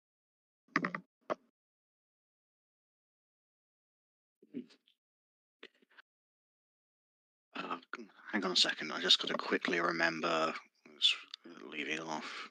Basically, he's gone through and Tanya's taken them up to where the shot's been fired and the guard squad has started to come over. Yeah. My client was advised not to engage the animal. While they are a competent marksman, there was a perceived risk of miscommunication as to our presence there. Okay, so how so? How the weapon? How would they have known? He goes. You likened it to a crossbow. I fire a crossbow. Unless they see me do it, they don't know that I've done it, except for the bolt. Well, due to the nature of the weapon, firing it's not usually the quietest kind of weapon. So it makes a noise. At this point, he's leaning forward and as a gnome, silver hair, bald, completely bald except for a few tufts above his hair, pokes his head in. Investigator Tammond, might I have a word with you? Yes, sir. One moment, and he leaves the room. And you, listening, obviously, hear him. Two of them. Unlike anything I've seen. What do you mean you don't understand how it works? I can. It's like. If I had to describe it to be like a normal weapon, it'd be crossbow. But it's not. There's no string, no release, nothing to impart the force to the ammunition. And you looking out Tanya, you see him with your weapon there, showing him where and how How does your weapon load? Is it a muzzle load or is it a breech load or? I haven't really put too much thought into that. I was thinking like how would a reload thing look in this world? What would be considered plausible? Well, you originally had it to as a musket, which would have been a muzzle load, Yes. but you've converted it to a rifle. Yes. So, how would you see it being loaded? How, as a primitive first iteration of it, or at this point, second iteration of it, how would you see it being? This is why I brought it up earlier, because when we were talking about it the other day, from what it sounded like, it doesn't actually have a physical component for loading. It's a No. it's an arcane It has. bullet, basically. Well, No. yeah, it does have a physical, because I can remove my infusion of it, and then it would function as a normal rifle. She shortcuts it, basically. Yeah. I'm just So in that case, it's designed to work as a rifle, but I'm just using my infusion to shortcut that. but the earliest rifles were breech loading as well. If we think back to what was used there. Sorry, go on. So that's why I asked. I'm assuming it's a breech load. So he releases a catch and it folds open, and he says, "Looking at this, I imagine that this is loaded in the back here." Clicks it back in, but what is loaded in there, I couldn't tell you.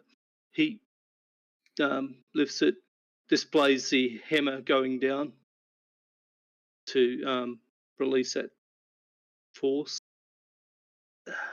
That's what it does. I can't see how that causes something to be propelled, do damage. I need to speak to him. At this point, Colwyn interjects and says, "I object to this. I specifically requested that this was looked at with Miss Gigglespit. Not Gigglespit, Gibblespit. Yes, apologies for that. Present. You've gone over our head." You hear a voice. "No, I'm here." "What are you talking about? I'm here." And pokes her head around from the side.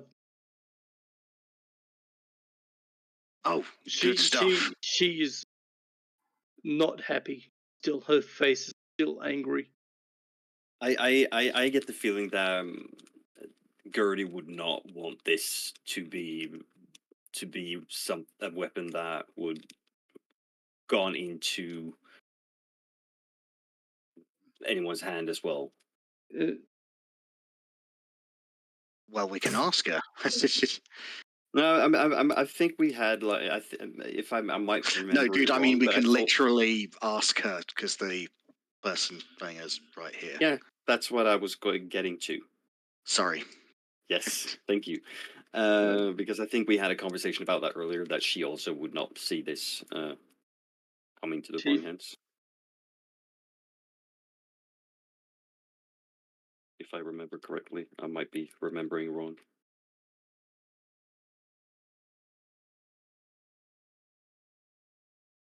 Jadis? No, it wouldn't be clip loaded, Varus. You got to remember, there's got to be something to propel that hammer down as well. Oh, I just thought, because we were talking about springs earlier. No. Also, bullets in this world have not yet progressed to the point where the bullet is loaded in a shelling with preloaded powder. No, but it still requires some sort of impact to ignite or whatever.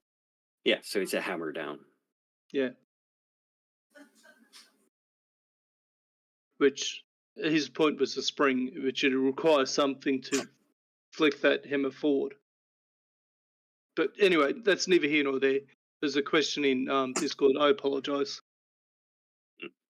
Yeah. Sorry, just what? And Becca was, Yep. I think, attending something elsewhere. Yep, that's all right. She is not in the scene, so we'll keep going. Yeah. So either way, the description of it is more like it would have a hammer down. It would have a trigger, which loads it down, and it slams down. But what is loaded into there, what's propelled forward, and how it's propelled forward, it's still a mystery to them. Yeah, that they don't understand how the actual could work. Mm.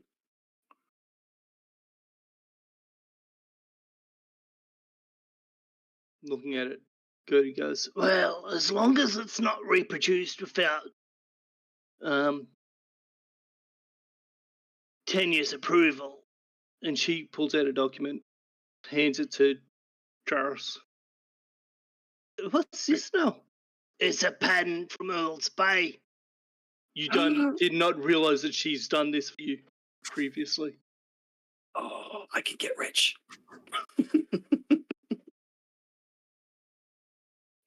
Don't say that out loud. No, I'm not saying that out loud. This is inner dialogue.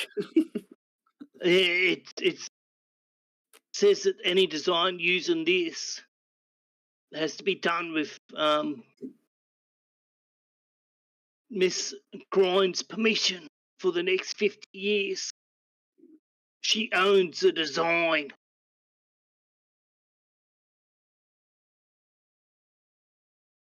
In Gertie we trust. Yeah, in Gertie we trust. Oh, I've got to have my mentor. Goblin money now with that written on it. And Colwyn suddenly starts thinking to herself, oh, good, I can trust Gertie. Trust in Gertie. Writing things down. Shut up. Anyway.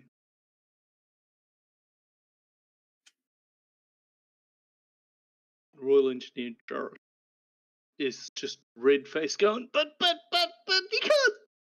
you can't own an idea. Apparently you can. Gertie just smiles evilly. I'm back. Sorry. Boiler Yeah, is fixed. thank you for saving my design, Vanny. Why? What's that? What? Gertie's invented patenting. Yes. So they can't mass produce my weapon without my permission now. Yay! How did I do that? Gertie has invented patenting. Yeah. So basically, Tanya owns the patent for the for firearms for the next 50 years. Yeah. As it should be.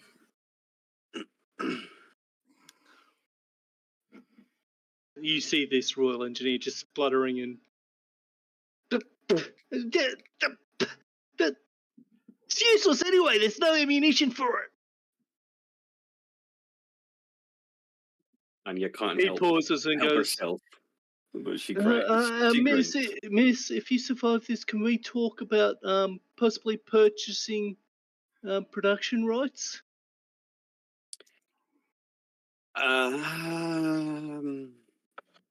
Well, before we get to that, I would like to further explain the events that happened after the guards approached us.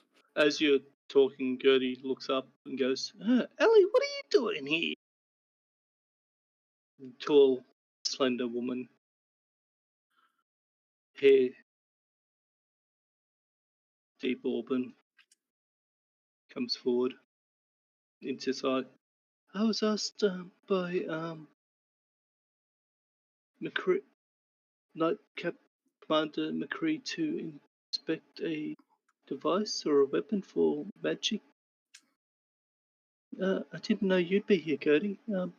Am I still required? Tamid at this point goes, yes, we do require your presence. Unfortunately, Miss Gibblespit is far too entwined with the suspect. The person being investigated. She frowns, goes, okay. The meeting is on, yeah? Yeah. And she leans forward, takes the weapon in her hands, goes over it, looking intently at it, and rolls a natural 20 on Arcana. Well, the weapon isn't inherently magical itself, though there is traces that there is magic that has been used in conjunction with it. It's no longer the case now, but it seems like magic was infused into it from an outside source somehow.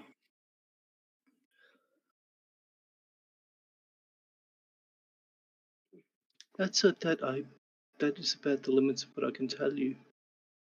You'd have to ask the owner or the designer or the person that infused the magic into it. Was there anything else you needed? Tamman looks at her and goes, no, that'll be fine. Greatly appreciated. Your information will be invaluable, not invisible. Invisible. I almost said it. That's what I almost said originally. Tamman frowns, goes, anyway, that is, the information is greatly. Stand by. Comes back in. Miss Gibblebit. Would you have any arguments or objections to a demonstration of how the weapon works from Miss Grimes here? Gertie, thoughtful. I don't believe so. Oh, that'll be fine. Tamman turns to you. How much room would you require? Should I take you up to a firing range, or? Mm-hmm. Well, due to the confines of these cells, it might be better to be out in the open. We'll take you up to the keep's firing range. So That's fine. he leads you upstairs, guard, tailing you, quite a merry troop yourself. Joris, the gnome engineer, Colwyn, and Gertie. Gertie grumbling the whole way. I'll show you firing range, you upstart little punk. I'm back. Sorry, engineer has gone. I have heat. No, Royal Yay. Engineer's still there. Hurrah! Perfect. You have a not frozen kitty, people. Awesome. So Got it. leads you up to the firing range. So what is the range of what range would you have said you were at with the Scorpion when you first fired? What did we agree on? I said it would be about 20 feet initially. It moved 40, 60, which is where you first fired. Then the second shot was about 100. Yeah.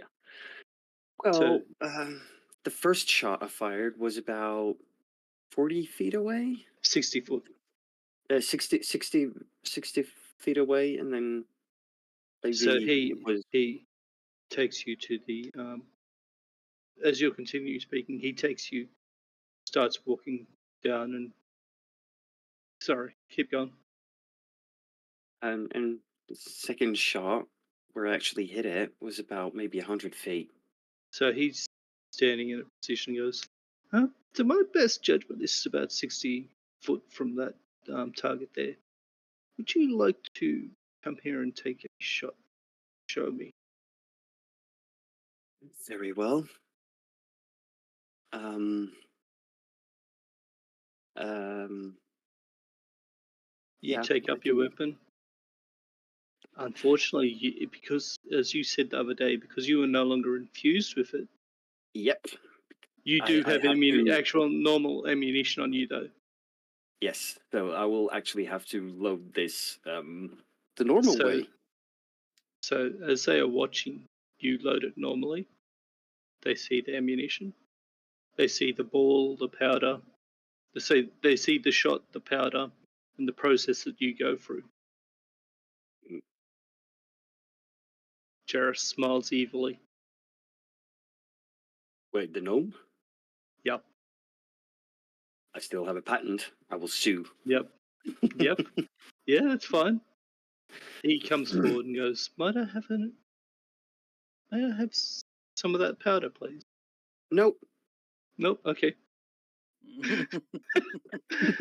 He frowns, glares at you, and walks away, stomps away. Did we bad. how was it that we decided this was Gertie the first user of black powder, or did Gertie She was. Okay, yeah. Um, I couldn't remember if the use of black powder was something that Tanya had found in actually, the book. no. And then, Tanya found it in the book. She found the Yeah. recipe in the book. yeah, So and then, you are aware that it is used in Saisei, which is where Yeah. you discovered it from. Sorry, it wasn't there. You got the idea from Saisei and fireworks.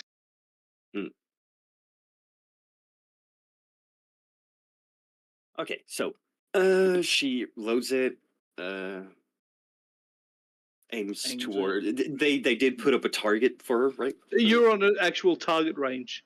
Yeah, You see okay. several archers before practicing at the other end of the range. Yeah, she puts up the weapon, takes aim, and then just mutters, "Don't be startled. You might want to plug your ears." Taman lifts his hands to his ears. Take your shot.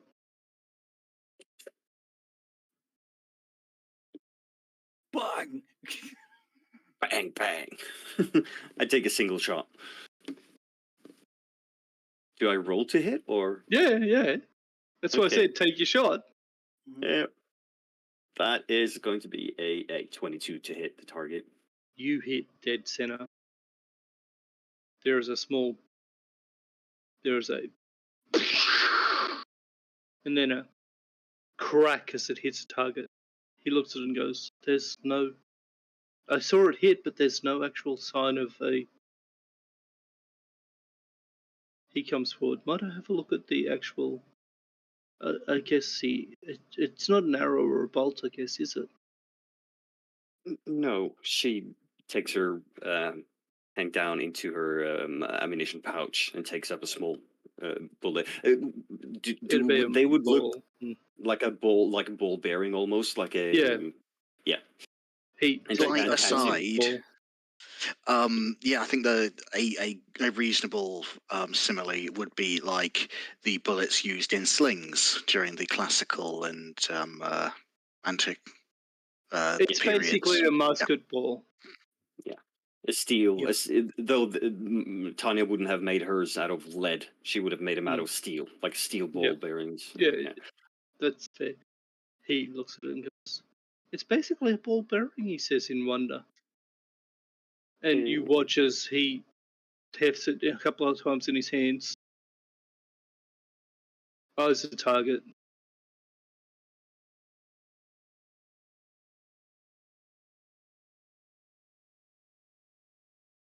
And you watch his hand snap down almost faster than your eye can see. Hit the same spot that you had with the weapon.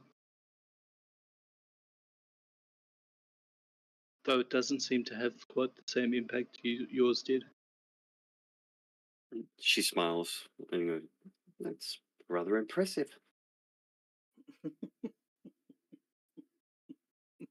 Many years of training, Frowns goes, I can see the training having to have been in the production of this, but It took me many years it seems like there is no training required in its use other than how to prepare the powder or the ball, though it strikes me as you could have someone else do that.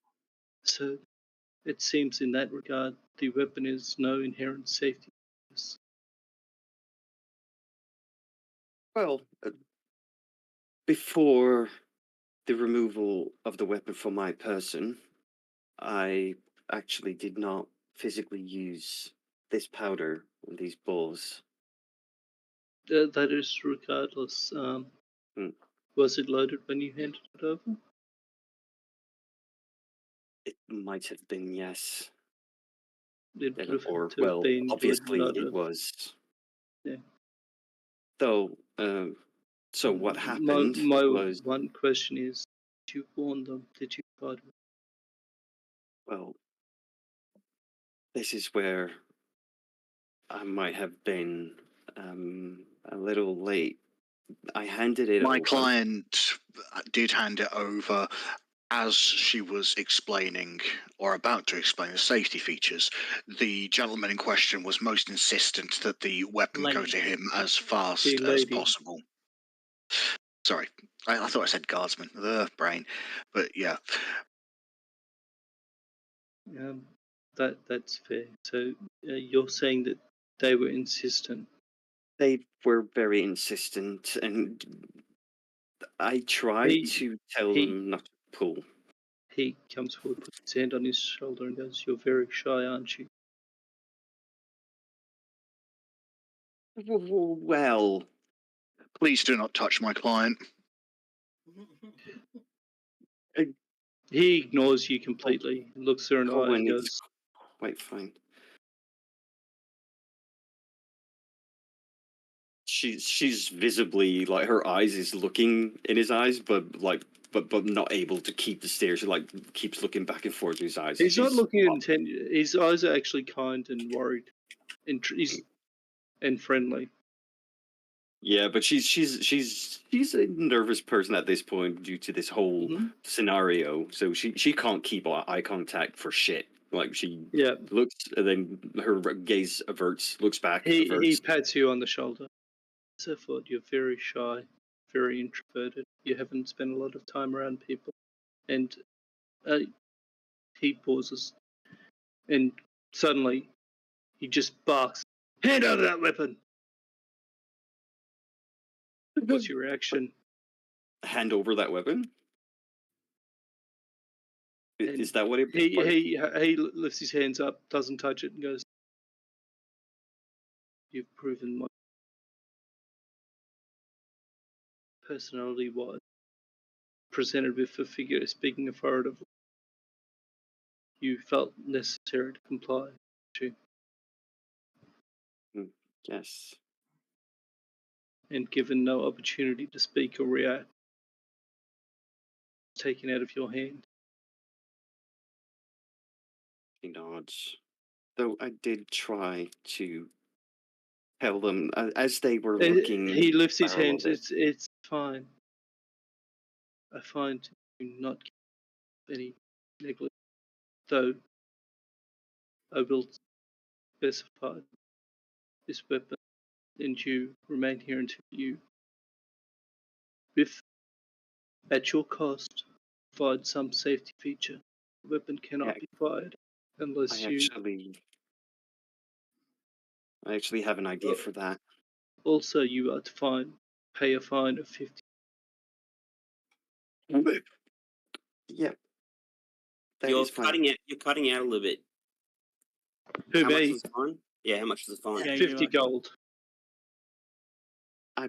Yeah, that is fine. I accept. Sorry, it's on what grounds? The death due to lack of safety features on the weapon. To pay for the funeral and the annuity to the deceased family. That was death by misadventure. He turned still. The weapon inherently was unsafe, is my finding. Would you like me to find more unfavorably there, Mr. Mundus? And he leans forward and goes, or perhaps you'd like me to investigate you some, sir. Colwyn, it's fine.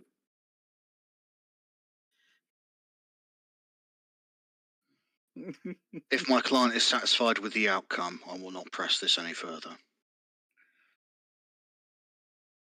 He nods. But like I said, I do already have an idea for a safety feature for my weapon. If you like, If you like, I can incorporate an idea for your guards' crossbows as well. Ooh, that would be. Crossbow Let's requires say, some degree of strength to load. And well, if a civilian were to pick up an already loaded crossbow, yeah, worth knowing. I mean, I could we- help with designing a safety for that for say 50 gold. He, Slow that's grin across Colwyn's face. quite alright. There's probably a bit of a Quite grin right. on Tamin's face as well. Tammin grins and goes, "That sounds quite delightful. Appreciate that." Jaros is spluttering, red-faced, angry, furious, storms off. "Oh, Jaros, don't go anywhere." The gnome stops dead. "She'll be using your workshop. Please make it available and do not be present."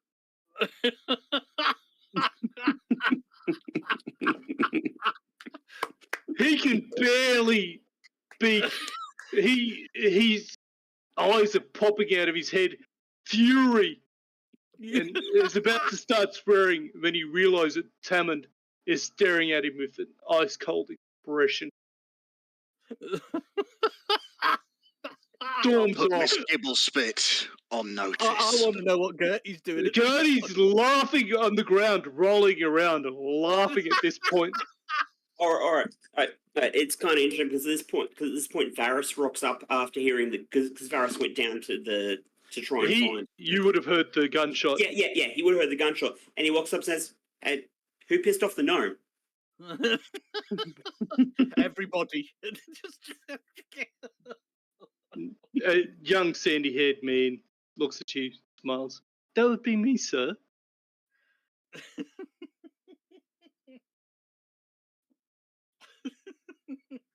Well, And me? I'll leave you to your business. If you have further need of me, feel free to contact me. I am stationed here for the next month for the duration of this. Following up, I have it is. He reaches out a hand towards you, Tanya. It has been a pleasure meeting you, ma'am, and I'm glad that I could aid you. As I Besides, said, I'm relieved. I have no interest in stealing your design, only to seek the truth.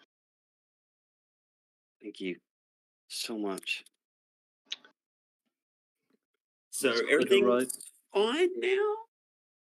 Once she designs her safety feature, yes.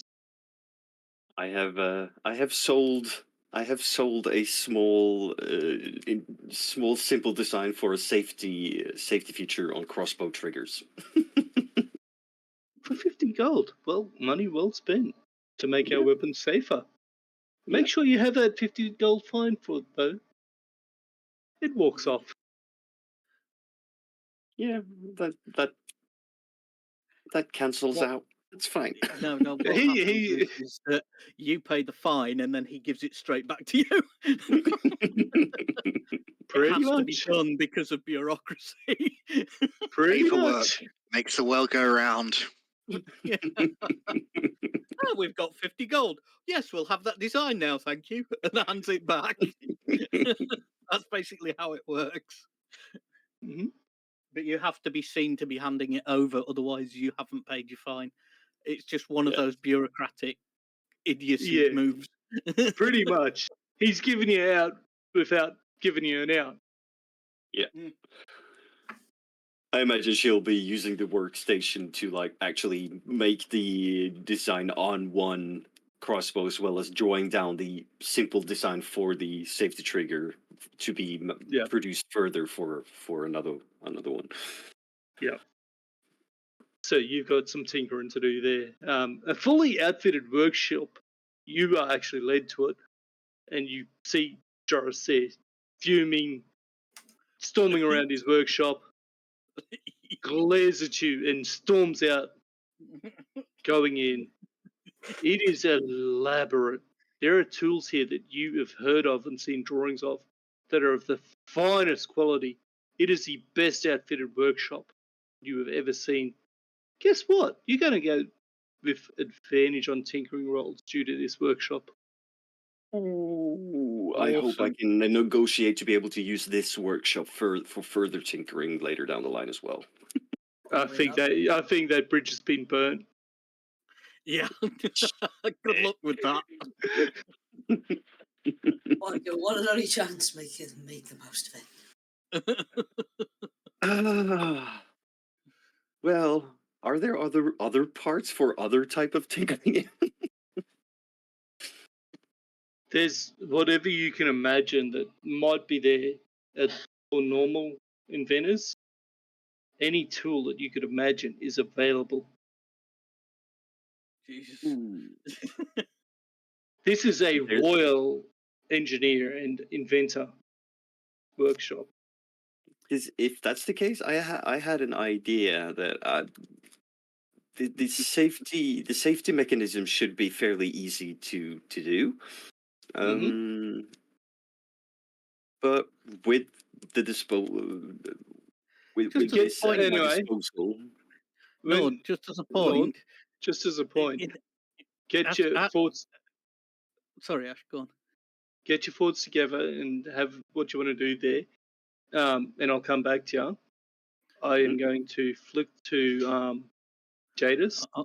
I'm just going to quickly say to Nord. Yep. Don't forget, you've got one visit. Nobody said how long that visit could be.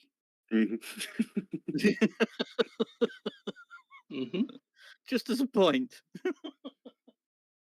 And they don't know how complex it is, or it is your weapon. It is a prototype, never seen before until now. Okay, don't tell them it'll be simple and quick to do. No. I will take my time in this workshop. I have another thing I want to work on. If you've got like 3 or 4 projects kind of all happening at once, they'll probably assume that it's all just one thing. Yeah. There's a lock for that door if you wanted to. Yeah, I don't want some gnomish eyes trying to peer at my work. Anyway, Jadis, as you're coming down from your meeting with Lord Carrick, you hear in the distance, as there is a shot, a familiar boom of a familiar rifle in the distance. You find walking up towards you. Go on. As I say, I pause momentarily to kind of listen, hear if there's any kind of screaming, yelling, shouting, general kerfuffle. No, nothing of the sort. You do see a tall woman walking towards you, auburn hair, dark eyes. Pauses. Miss Silverstar holds out a hand. I was just coming up to find you. I'm Alifra Windriver. Lord Carrick, Gillicent Carrick asked me to assist you with something. Yes, it is a rather urgent matter with the guild that I need to contact my master regarding. Come downstairs to my room and we can talk in some privacy if you would like. Be marvelous, thank you. She walks down and leads you to an apartment. Opens the door. You see a familiar half-elven figure there. Longbow. Turns to Ellie, and Ellie. Sorry, Brendan. Could you make yourself scarce? I have some business here. Thought. Oh, okay. Girls, we're going for a walk. Two twins, probably about 10 years old, come out, grab their dad's legs as he kind of tries to walk out with them attached to him, basically. He disengages them, takes them by the hand. Say goodbye to Mum. Bye, Mum. Mummy! She smiles, and there's a warmth to the smile. She gestures to a chair. That is very cute. If you'd like to be seated, we can talk about this message you need sent. Well, it is pretty straightforward. Two of my guild members, subordinates, drugged me the other night. I've discovered who they are, and I have excommunicated them from guild. Master needs to. She shakes her head, sighs. I'm sorry to hear that. Who am I sending the message to? The Earl's Bay, Soul's Guard? Where's your main guild? Earl's Bay, Earl's Bay. the Okay. Misters of the Dancers Guild there. Okay, she goes. A delicate matter. Who can I confidentiality there? Ah, yes. One moment. Close her eyes. Moves her hand to the pad and speaking softly, inaudibly, and passes your message along. Opens her eyes, goes, "Oh, that's all done. Whereabouts are you? If I need to relay a response to you." Oh, we are currently residing at A2. Ah, you're the dancers. And Yes. she smiles brightly. Oh, the girls are so looking forward to your performance. We are looking forward to it as well, although rather nervously. I don't think my troupe has actually had such a large and important audience before, so. Oh, we'll be in the front cheering for you. Then I will make sure to dance for you. She smiled. Good luck.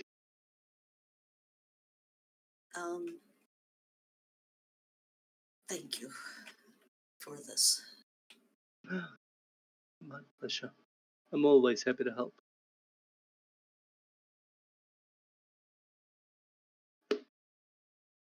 I am wondering, though, if I should have informed the guard.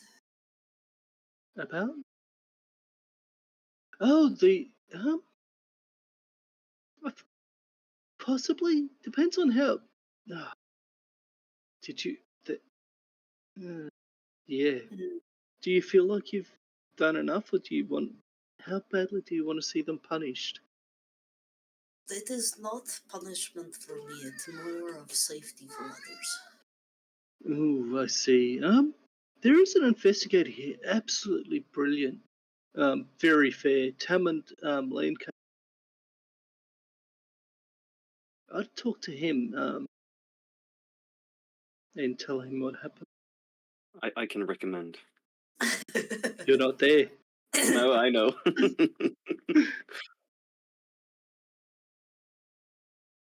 Do you know where I might find him? He was just down at the firing range with he was down at the dungeon with a young woman who was up on charges for negligence. Her weapon of some sort. An odd weapon. Looked like vaguely like a metal staff. They told me it was some sort of bow or crossbow or something. I am familiar with it. It is unique. But like I said, he is extremely fair and man, he seeks only the truth. This matters. I will see if I can find him. Okay. Thank you very much. Smiles, opens the door for you. And I head out and down to the firing range, because that's where I heard the shot from. As you, you come out in the general direction. Easy enough to find with directions, and back out the way you came. And as you're coming out, you see Varys go past the gnome. An absolute apoplexy on its face. Tanya goes past you, smiles, waves, heading into the keep. muttering something about workshop. I love it when a plan comes together. You see Colwyn there, you see Varys and a tall, sandy-haired man. Excuse me, are you Mr. Lancaster? Indeed. How may I help you? I have a personal incident I need to speak with you about. Perfect timing. I've just finished an investigation. Well, I hope. I believe so. I believe one of the parties was happy. The no, not so much, and he laughs. Yes, he didn't look entirely impressed. I don't care.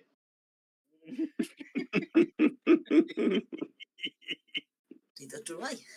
So, may I? Yeah, he motions you one side.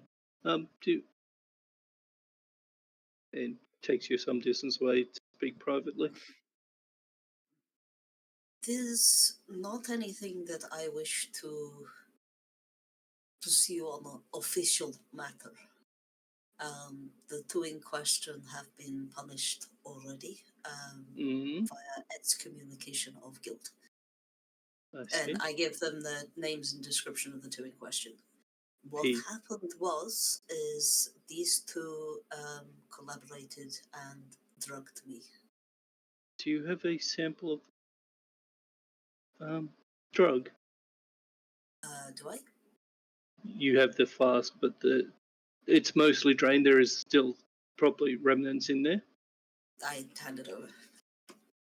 He looks at it, ponders for a moment, sighs.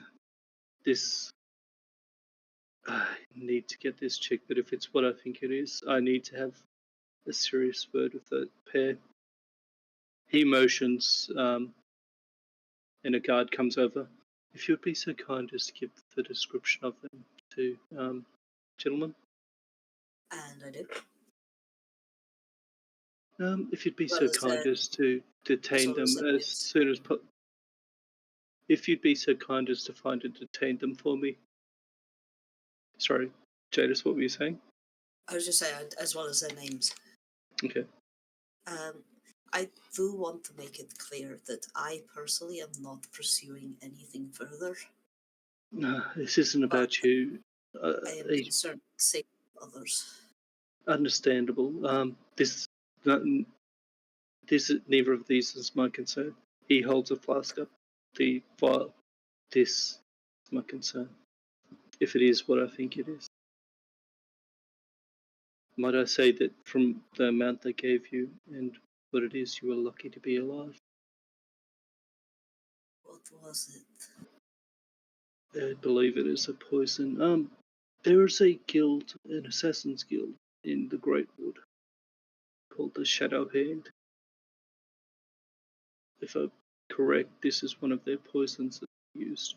They tried to move up here some decades ago, and were local legend has it, and from histories that Kellen's told me, between the wardens and the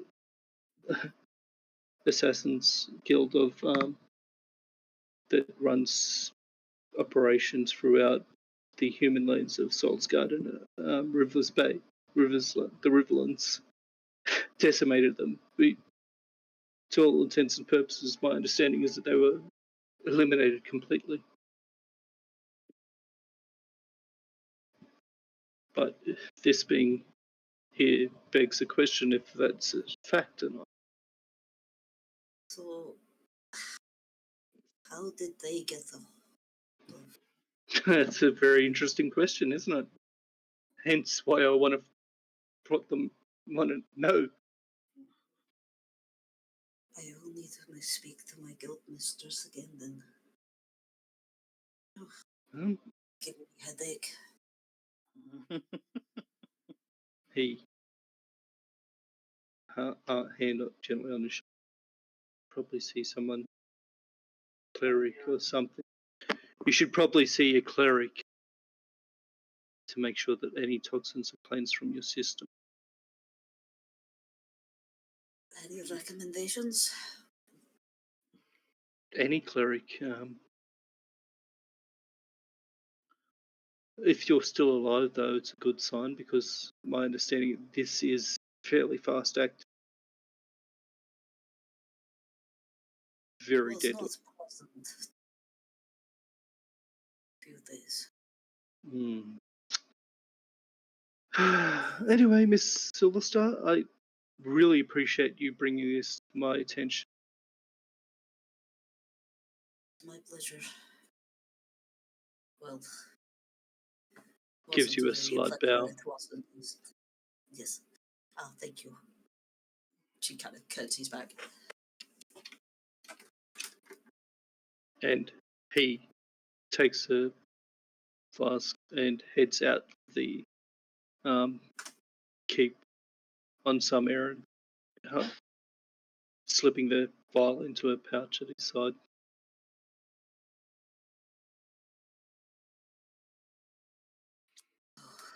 Find the cleric.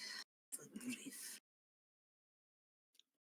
I ask a guardsman where I can find the nearest sort of like kind of cleric. Priest. As you're Points at the doing Wacky this, Great Church. you hear nearby a familiar, loud, confident voice, and looking over, coming in through the gate from the thing.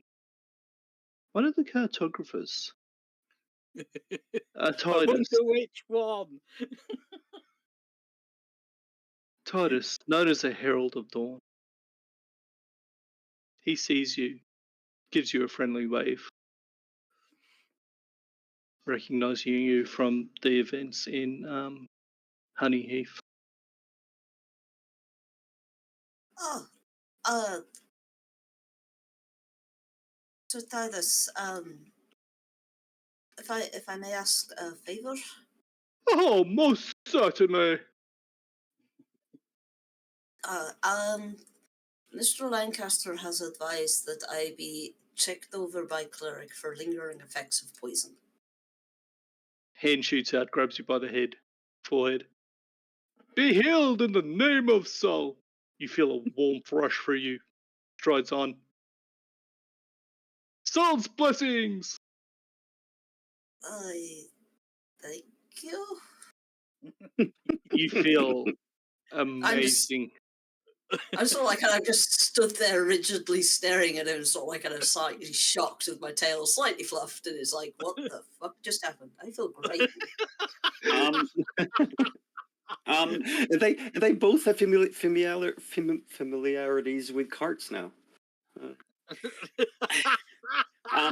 As far as this goes, I just want to say something.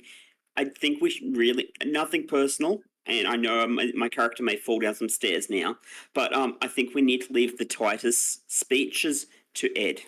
Nothing personal. God, yeah, I am crap at him. I know that. Yep. Well, it's nice to know that I've got something that cannot be easily replicated. The problem is it can't be easily replicated. I don't even try. It was just, he's very loud. He's very solorific. Solorific. It's why I only half-ass the Gertie sort of attempt at the Gertie speeches as well. I can't do them as long as it's vaguely recognizable. How about any one of us try to replicate Grimner's decision making? Oh dear God, no. No. I mean, do Goldie it, gets yes. closest, Should I do but it? Jesus. No, I'm going to do it anyway. How's that? Yes. And of course, the important one: should I take a drink? Yes. It's not even a question. There I is should no take question. a drink. I should take a drink. Yeah. Yeah, so she's sort of like kind of just going to kind of pat herself down and sort of like kind of just walk back to the tent. slightly stoned. For Jadis. Jadis, you feel buzzed. Whatever he did to you, you feel the best you have in months. Slightly euphoric. The best healing spell on the planet just surged through her. It's going to leave a mark. Well, you say that, but I'm pretty sure. Let me check.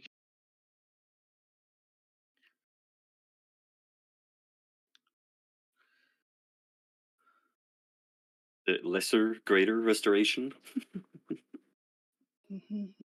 No, that was a spell heal. Oh, that's like 40 or 40 HP or something instantly. Yeah, that's like a 6th level evocation. Yeah. They did some Positive ridiculous energy, healing. in blindness, deafness, any diseases. I'm bumping this poison in there as well on that one. Yeah. Yeah, it's basically just anything that was wrong with you is now fucking fixed. It didn't matter if it was only the smallest, minorest sort of thing. You're Basically, now totally basically 70 HP of healing. You know. Oh, it's 70. Yeah. You're overhealed. I can't take that as temporary hit points either, can I? Damn. Nope. Nope. You're just very euphoric. So, Jadis, you start staggering back to the camp. Golda, you see Varys walking in with Tanya, Colwyn coming back in with, I'm assuming, everyone's heading back towards the camp. Yep. Well, So- I'm in the workshop. You're in the workshop. Colwyn and Varys arrive first. They go past Jadis. She's speaking to a guard, having a low conversation. Sorry, she has a low conversation with Tammin. You leave her to it. Then, as you're going past, you see a tall figure striding forward. Gives you it's kind of an imperious wave, maybe like a queen wave. Ida's the best queen out there. And You know it, bitch. and The last queen. Sorry. and you as you're getting to the camp, you hear very loudly behind you, "Behead in the name of Soul!" And you don't know who did it, but you kind of feel sorry for them because it's just sudden and out there, and you're probably not sure if they were prepared for it. Probably not. Golda, you see Varys and Colwyn coming up to the camp as you are organising the last of the unpacking and unloading of the caravans, assigning rooms with the assistance of Daisy, and just organising the communal cooking area to get some sort of dinner going for everybody. Right, well, that went well, lassie. Good work. Thank Oh, you, Mr. Darkfist. that was excellent. Very organised. You guys are really getting the hang of this logistics thing. Right. Oh, hello, you two. How did it Golda. go? I've got some great news for you. Ooh, really? Do you know Darren Darkfist? Darn. Darren. Sorry, Darkfist. Doran? Aye, he's the boss. He's my clan chief. He's in Yes, town. yes. No, you're kidding me. Oh, No. well, I'll Um, have to go say hello. I would have probably quickly found an administrator to give me to ask where Darren Darkfist is staying, but yes. Yep. And I'd give what's Well, the name? the attendees are all on that same level that your uncle is in various portions of that area Ooh, fantastic. for I've security. been dying to have a look at the stonework in that keep. A little hobby, you know. I do. Well- Even though I'm a seafarer, I do appreciate good stonework. But that's excellent news. Excellent. Oh, Tanya, all right? Did she get off all right? Yeah. She's they basically found her weapon Yes. to be dangerous, but she's going to fix it and she'll be right. Aye, it does needed something safety put in on it. Anyway, it's always been bloody dangerous when it's in her hands. Anyway, I'm going to go to the keep. I'm going to say hello and pay my respects to my clan chief. We're just about all sorted here. Daisy's done a fantastic job. I've helped out a bit, and we're pretty much all set up here. So there's beds ready for Colwyn, etc. There's a tent assigned to you. If you ask Daisy where it is, she'll show you. These are very comfortable surroundings. I'm quite impressed with what we've got here. So if I can leave you two to it, I'll I best skedaddle, because if he finds out I'm here and I haven't been there, he's going to be slightly annoyed with me. And I can also report to him on the ship. So at this point, Varys says, "Well, I'll go with you. I will not be dining here. I'll not be staying here. I'll be with my family in the keep. But I'll drop in. I'll drop in next couple. I'll drop in tomorrow. Anyway." oh, that's good. Well, I need to go. Colin. Yes. So your persuasive ways worked again, then? I can't take all the credit. Well, undoubtedly. It's a bit. If you get a decent investigator, it's it was just open and shut. It was just a tragic accident, really. So I had faith. Would Anyway, have pressed for a reduction in the fine, but he you was can't push your very... luck with these things, though, man. You know what they're like, the bureaucrats. It's not necessarily the investigator; it's the bureaucracy behind it. But I'm sure Tanya will come out all right. Right. Yeah. I'd best be off. So, Varys, you, with the knowledge of the keep that you have and the basic directions, you know that he's Clan Lord Doran is about a hallway or two over, and his contingent has a few rooms there. So you lead Gulda back into the keep. Gulda, looking at the stones, they are. You lean in close. You don't think you could fit a bread knife between those cracks in the stones. They're that closely fitted. He is openly impressed. And I mean openly impressed. That's top dwarven standard. That. You, having said that, you lean in close and you realise that it is actually dwarven work. Right.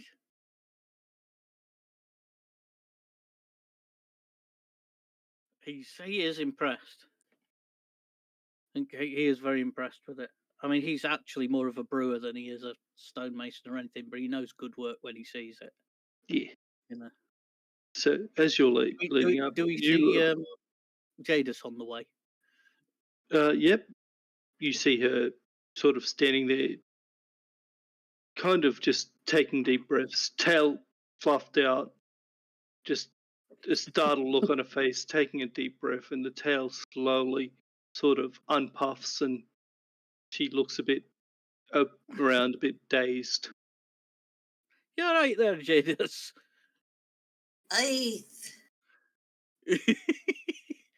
Yes. What happened?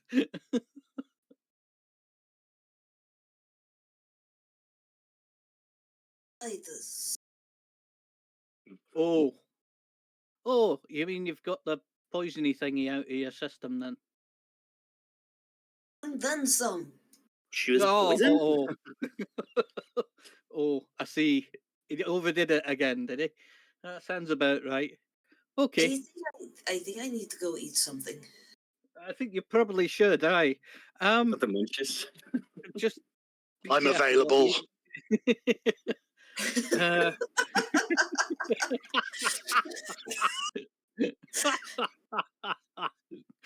Right.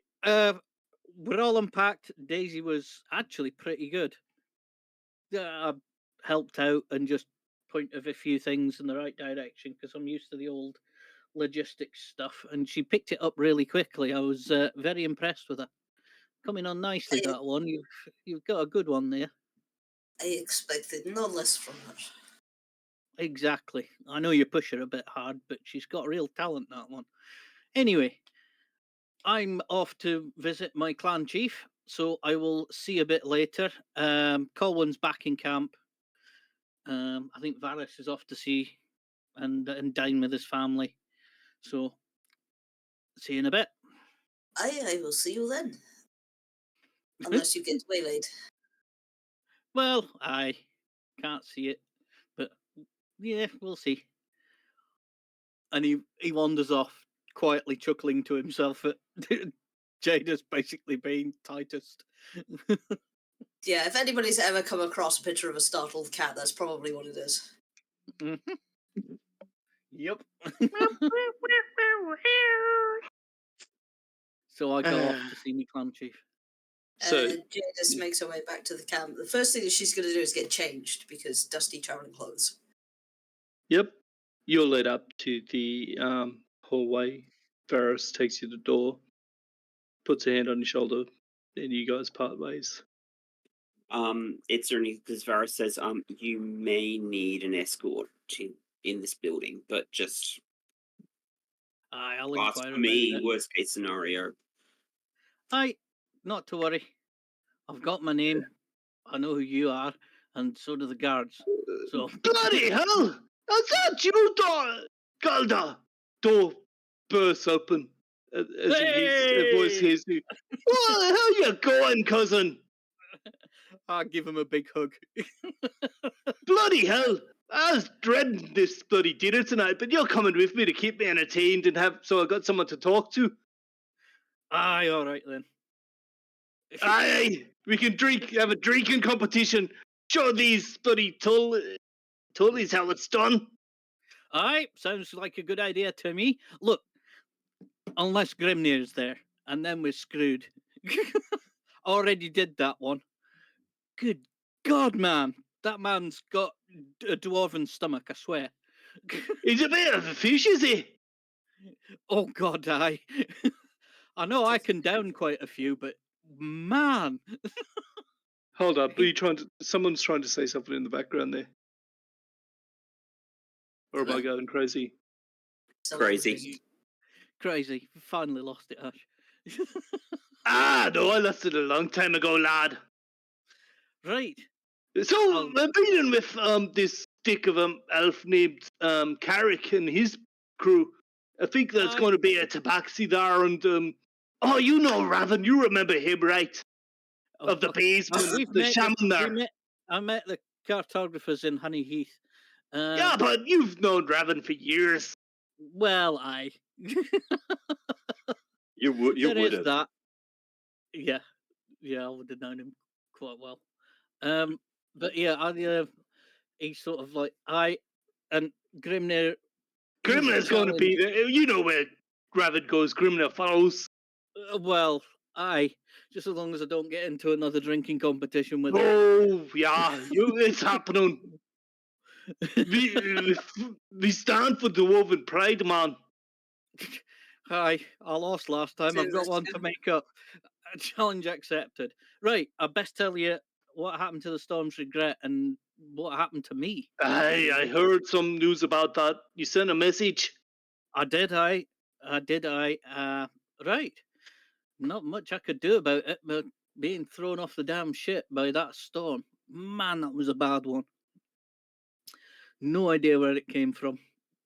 I've no idea what actually happened to the ship afterwards. All I know is I had to swim to shore, and thankfully the elves helped me out and helped me get back to Honey Heath in the end. Where it's a bad business.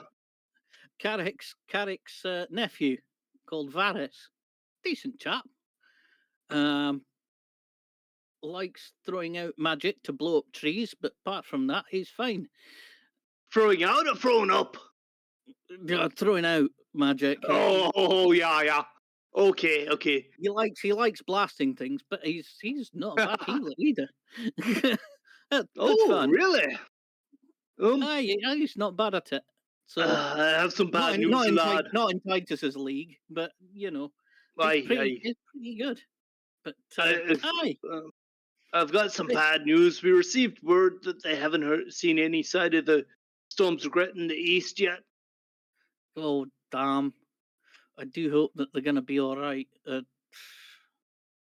If you need a something I'll ship have to go to. searching, lad, let me know. I will do, all in good time. We might have problems though. Oh? And I sit him down and go through everything that's happened basically to me. And Oh, that fiend Oleg. he needs a damn good kicking. I'm hoping to. Oh give no, him one he's that beyond he a can do. kicking at this point. Oh, you want me to cut him in two? You do it. He's done. He knew the consequences, lad. I don't like him using our last name either. The clan name is ours, And not his he's colony. up. And if he's up to dark business, that's not on. That is not on. Right, so will do. If I see him again, he's. Aye. I'll chop him into tiny little pieces. How are you for funds? Oh, a little down. Had to pay for a couple of barges. By the way, lovely lads, bloody good sailors. What was he called? Greg Orson and Vernon Nichols. Highly recommended to going up the river. They were using one of these fancy arcane core things that Earl Bay tried to steal. Oh, Thankfully, we came across righty. and I tell him about Earl Bay and him coming back. And I said, that's something that's a bit of a problem. Aye. And talking about these rifts, lad, Aye. what these, more can you tell me? I tell him everything I know, which isn't that much. I mean, I'm a sailor, a barbarian. He goes, leans back in his chair, pours himself a mug of ale, pours you one. You mind having a bit of a squiz into that for me? I can try and find some stuff out. Obviously, I'm not the best person to ask, but I'll have a word with our our arcane people and see what we can find out. Aye. I might try and have a word with Gertie as well, the Archmage, the Mages Guild. We came across the cartographers, so I know who she is. Yeah. Hopefully, she'll remember me, and I'll try and get as much information as I can. I appreciate it, lad. As you know, where people are well and truly at the whim of the elements between the sea and the earth. Well, it's a bad bit of a business, but we did get a little bit of help from what was he called? Was it Koo? Yeah. From a strange orc called Koo. Now he was a bit unusual. The coup, you say? Aye, he was red. I don't. You see the colour drying from Doran's face. Lovely fella. I was really polite to him. He was a Yeah, lovely no, he's fella. a demigod, right? Wait, what? He's an orc demigod. Oh, what do people call him? He's The usually Wanderer, known as isn't a it? traveller or the wanderer. Oh, him. Oh, well, that explains an awful lot and how he gave Earl Bay a damn good kicking and made him give the cores back for the boats. Aye. Wow. I'm glad I was polite to him. He was a lovely I'm fella. glad you're polite to him as well. I don't like losing a cousin, you know. Well, aye. Well, he seemed very impressive and he was very friendly, very honourable. I'd like the guy, I must admit. I wish I could hit like him. I mean, wow. We all do. We all do. But yeah, Man, that is some punch. he operates in the sphere of life, and Right. so Aye. That's wow. One of Lythan's very best. I'm honoured. well, in in his fact. sphere, I wouldn't say he really kowtows to him or anything like that. Well, I don't doubt that, but it's still an honour. Oh yeah. Anyway, Aye. I'll let Oh, you be this- about your business for the afternoon. I'll see you here tonight. Be in your finery. Aye. You got some finery, yeah? I have now, yes, thanks to the various places. What are you carting around? What are you wielding? Show me that piece of rubbish. Unhitch me great axe and hand it to him. Looks at it. Like I said, it's rubbish. Where the hell did you get this? Well, needs must. Unfortunately, Nope. No, my I weapons can't. weapons were lost when I got Nope. dumped in the sea. Nope. Can't have a cousin of mine carting this rubbish around. Oh, all right then. Forgive me. So he goes over to a chest and opens it, and pulls out two weapons. One is a hammer, puts it on the table in front of you. The other is a great axe. Both are finely made dwarven weapons, beautiful in design. The blade of mithril, not steel. Goes, well, this one here is a hammer, as you can see. You can take the warhammer, the maul, or you can take the axe. Been in the family for generations. Your pick, lad. I've got to go with the axe. I thought you would. So that's a plus you one know war me. axe. And what's this rubbish you're wearing? Well, it's some nice spiked armour. Yeah, okay, I'll give you that. It's not too bad. Right, as long as you're happy. But I can't have my cousin wielding this trash. I'll make sure it's disposed of properly. No one should be touching this piece of garbage. I'll see it melted down for you. Right, thank you. Much appreciated. And you I see, don't know if there's better armour. Actually, thinking about it, if I wear heavy armour, my walking speed will drop again. mm-hmm. I think if I wear heavy, it drops, doesn't it? But yeah, taking my AC up would be great. But yeah, but as you get high in levels, the less armor you wear, the more your movement speed goes, but you don't lose your AC because you're unarmored. But that's neither here nor there. yeah.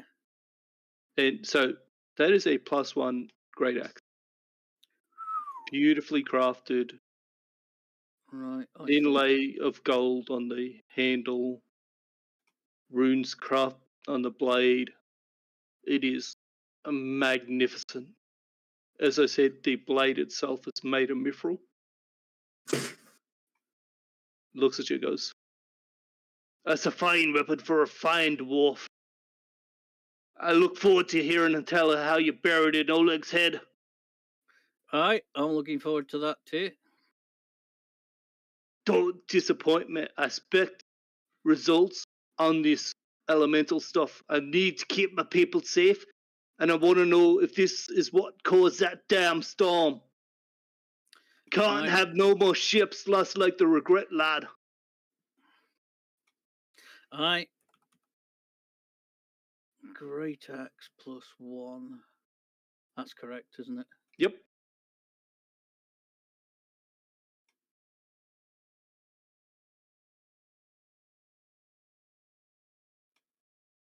How dare you walk around with rubbish human or elven weapon?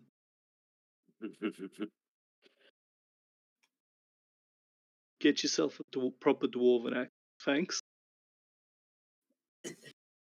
Well, that's a +8 to hit. Oh God. 1d12 +5. God. What I've have done you things that I shouldn't. 1D 1D12 plus 5. Oh, ooh. Well, I haven't got to a point where I can take my strength up again yet. Otherwise, it'd be 1d12 plus 6. Help. And a plus Anyway. 9 to hit.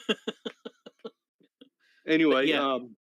Doran I think- goes, how long are you going to be in town? Are you going to be around for the summit, lad?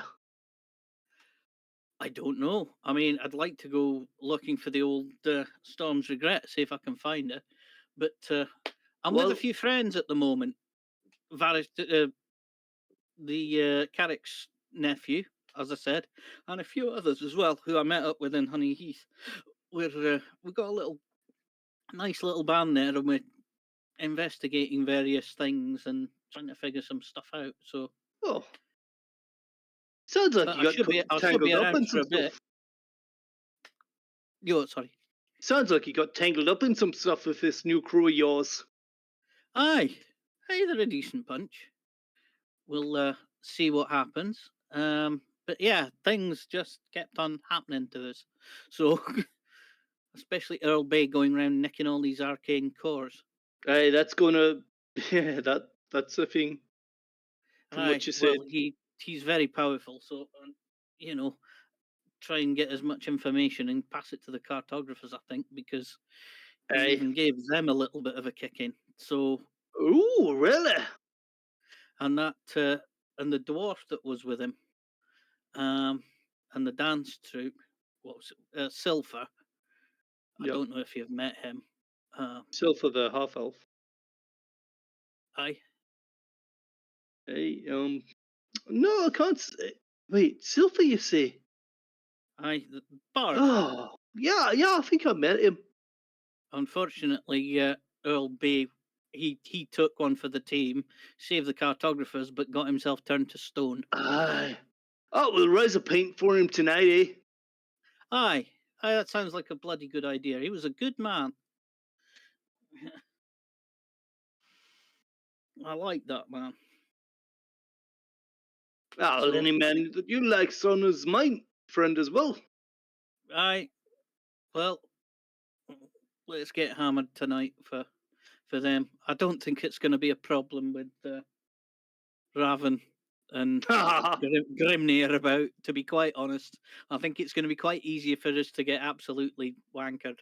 Hey, we'll show these non-basemen how to do it. Aye, well, you've always been a bit better at drinking than me, so I'll you're take too Raven. kind. You take Grimnir.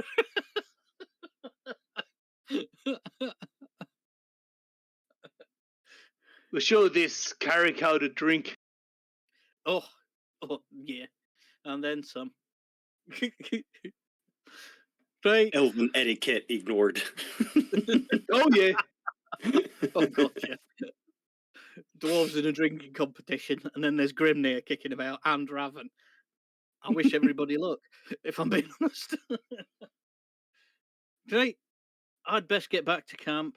Where are you staying? You down with the dancers? You said. The Well, birds. there's a tent down there if I need it. I mean, I'm more than happy to come stay up here with you guys. Entirely up to you, lad. Thanks.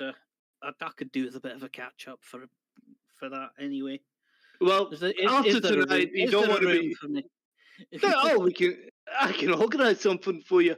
There's always one of the guards on if you don't mind hot bunking. Yeah, I don't mind that. You know me. Hey, used to I figured shit you'd life. be fit for Come it. on. Hey, anyway, smooth sailing, sailor.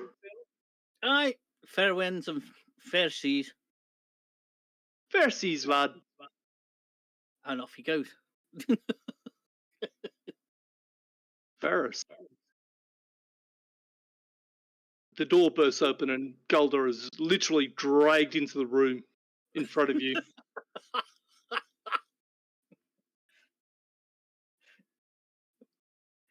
But he obviously hears the joyous greeting and the rest of it.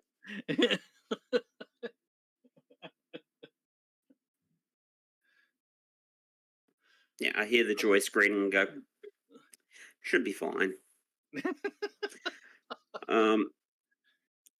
Other than that, with any leftover time, I'm going to see if there's see if there's a library, Athenium or whatnot, in the castle. And Asking around, you find that there is a library set aside. It's not as large as the Athenium that was in Riversmead, obviously.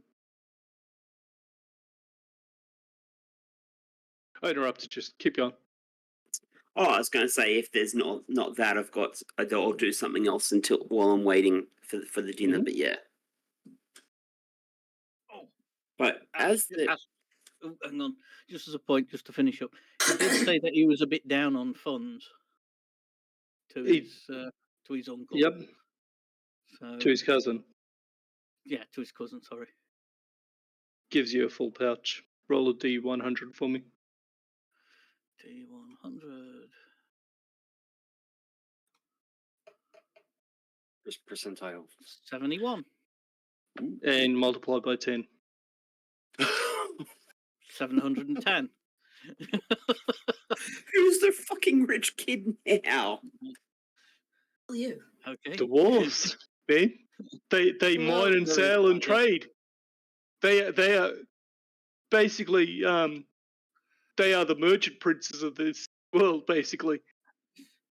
Tanya is very familiar with them. Right, that's 718 gold I've got. I only had 8 gold left. Ooh. I've got choices to make about armor now. Hey, it could have been like 20 gold. That's very true. Could have. Well, that would still give me 200 gold. So, No, you could have rolled a 2 is what I'm saying. well, yeah, I could have rolled 2. Yeah, could have. Didn't know my luck. I could have rolled a 1. That would have Exactly. been So absolutely fucking hilarious if you had rolled 100. well, yeah. He'd have fallen over when he walked with that much cash in his pocket. Well, you got a big buddy clinking pouch there on your belt now. Yeah, just a bit. And a +1 great axe in case anybody tries to nick it. It's good to have rich kin. Yeah, what can I say? And no one asked him about his family. He's just said that he's a sailor, that he was an officer on this ship. Yeah. And, you know, it's the nobility that own and run the ships. Yep. Nobody's ever asked Calder about it. Well, he does look a bit rough and ready. He doesn't look like a Yeah. Doesn't dwarven look noble. lord or anything. I mean, he kind of is, but well, I just Anyway, anyway. back to Varys. I just did some math. You got 14 pounds of gold pieces.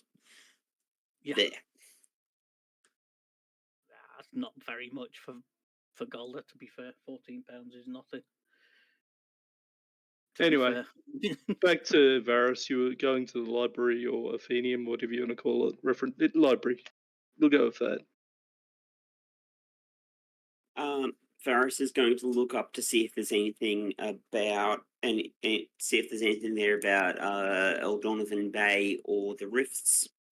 But other than that, he's Roll me an investigation check. other than that, he's going to go to the firing range and just blast some crap. Yep. Roll me an investigation check, sir.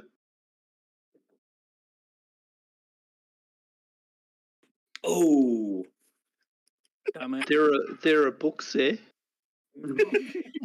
You've heard of books? You find a colouring in book,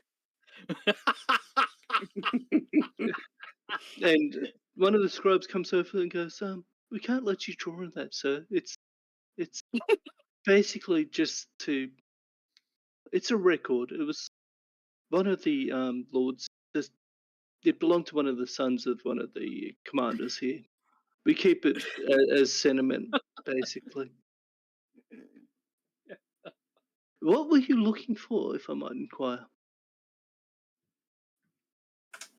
I was after history. I was after history of the As after history of the Phoenix Fall and the history of Earl Donovan Bay.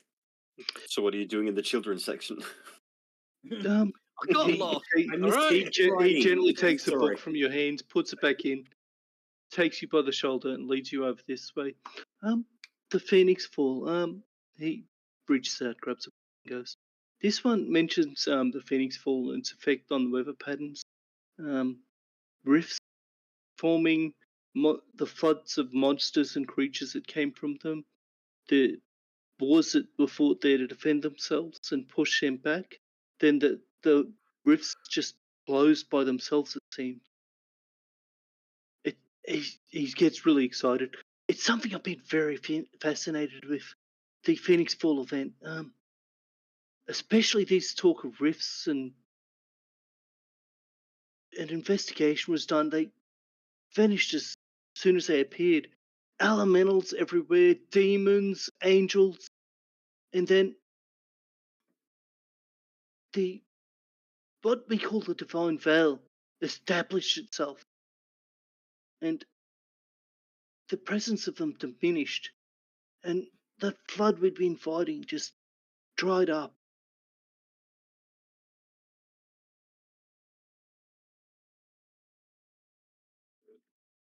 Would you like to know more?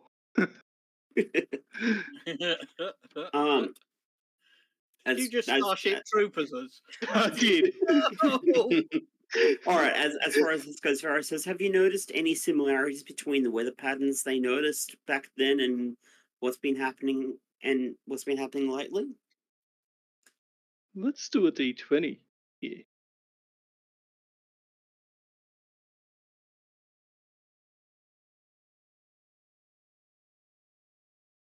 Blinks at you. River patterns? I haven't been outside in about a week or two. That's okay. Thank you. Thank you, anyway. No. Tell me about it. What's been happening? He talks about like he talks about the cold snap, which ended at Honey Heath after they defeated the bear. He takes down a book, walks over, motions you over, opens it up, scanning through pages as you're speaking. And mentions what happened when Earl Donovan Bay attacked the barge. Storm. You mentioned the storm. Do you mention the storm that took down the Storm's Regret?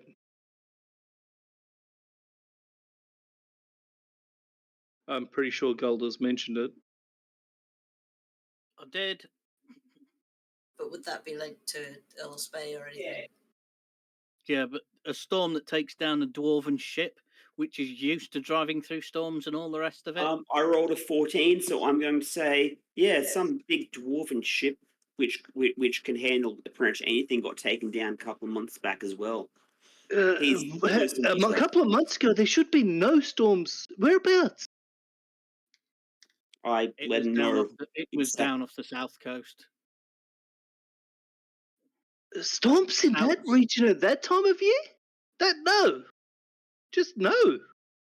And he points to a paragraph and goes on and on talking about these storms and how these rifts affected the weather, and that these storms of fire and heat and rain and lightning preceded the opening of these rifts, these tears. He goes, "Oh, this is so exciting!" Oh, you don't think it's happening again, do you? I hope the hell not.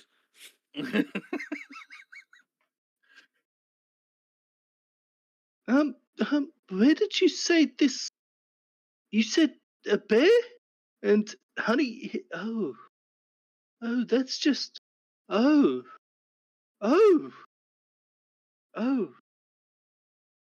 Hurries off, just leaves you and leaves the book there.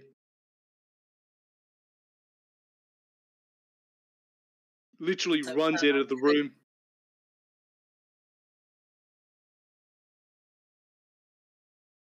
Sorry? Is that his hometown, I'm guessing? No. Mm-mm. Curious researcher that's going to find out what's going on. He's going to investigate. Awesome. Maybe I'll see you another day then, he says to the empty room. Bye! He doesn't even say bye. He's just gone. You've just made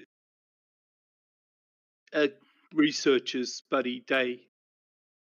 You've just presented to him real life events that are mirroring what he's always researched. Here's hoping he survives it. Ooh. Keep our Later fingers down the crossed. line, we find a corpse. Probably knowing us.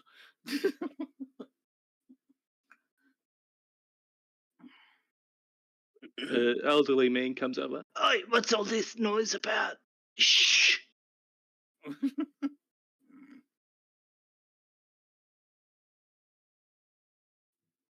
Looks at the book. Don't just leave it lying there. What are you researching? I was just talking to one of, I'm guessing one of your young assistants about the weird weather. Weather, what the...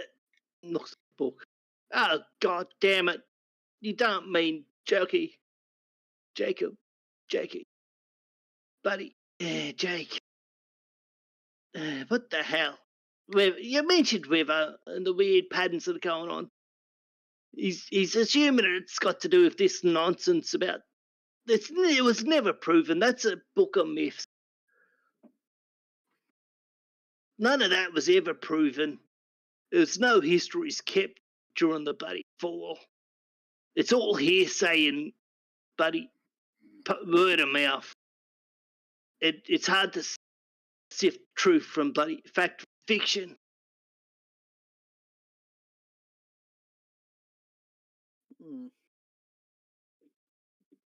Everyone was just so desperate to try and stay alive in those days.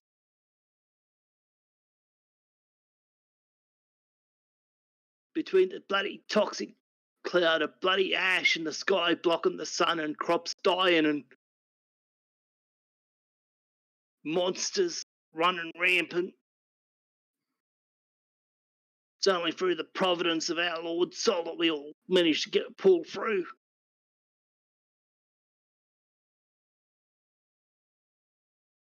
If you're done with this book, I'll put it away. Yes, please. He did grab it from the shelf, so I don't know where it goes, unfortunately. It's quite all right, lad. Is there anything else we can help you with here? No, thank you. Not today. That's all right. Would you mind seeing if they could send out a card to bring back my luck-witted assistant? Sure, Mr. Oh, you can call me the scholar, the scribe. Ooh. No one else seems to bloody remember my name anyway. Not least the DM. Exactly. Don't put me on the spot like that. Asking for names. Asking for names when I've got nothing prepared for this person. Well, you introduced him. Exactly. Sure, as far as that goes, Master Scribe, I will ask one of the guards to try and find Jake for you. Yeah, that's fine. Yeah, just bring young Jakey back.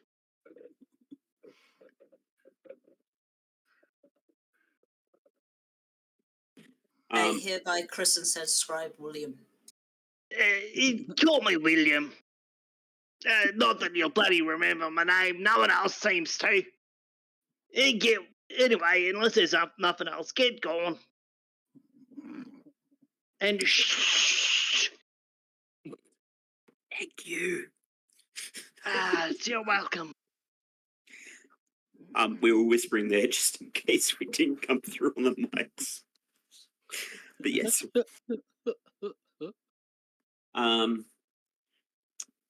Varys is going to head up towards the firing range and chat Don't forget to warn them to get bring the idiot back. Oh, and shh, he says to himself. Bloody tells himself to shush. Yep. Varys just goes up to the firing range, finds a guard, says, William, the scribe, the old Scribe. the old scribe guy. He's requested that you try and find Jakey. If you try to find God Jake, damn it, he ran Jake off on a Williamson. Right, yep. Someone mentioned River to him. He really needs to have his name tag on. No, we know who he is. He's an idiot. Both of them are a bit eccentric. Bloody scholars. Mm.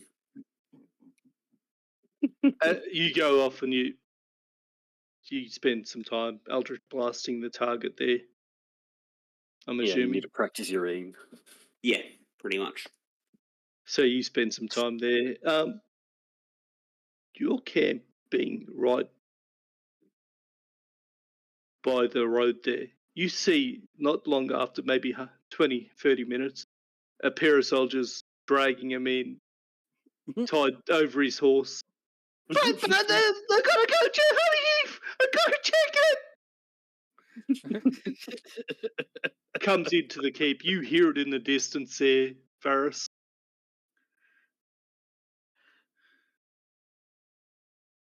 As he's dragged back into the keep.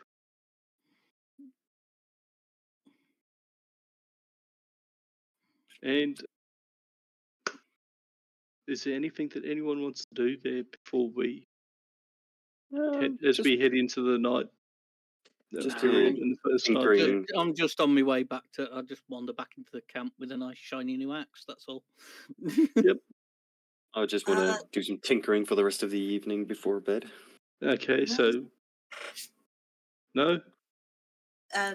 Not overly much. Jadis is just gonna sort of kind of get changed, and she's gonna have a word with Daisy and a couple of the other higher members of the dance troupe in terms of reorganizing the choreography to make up for the two missing. Yep. So you do some practice there. Remember, you got the bonus on your performance checks there. For Yes. Thank fuck. Cold one. Night setting in. You've gotten back to the camp and spent some time. Food's being prepared. What are you doing?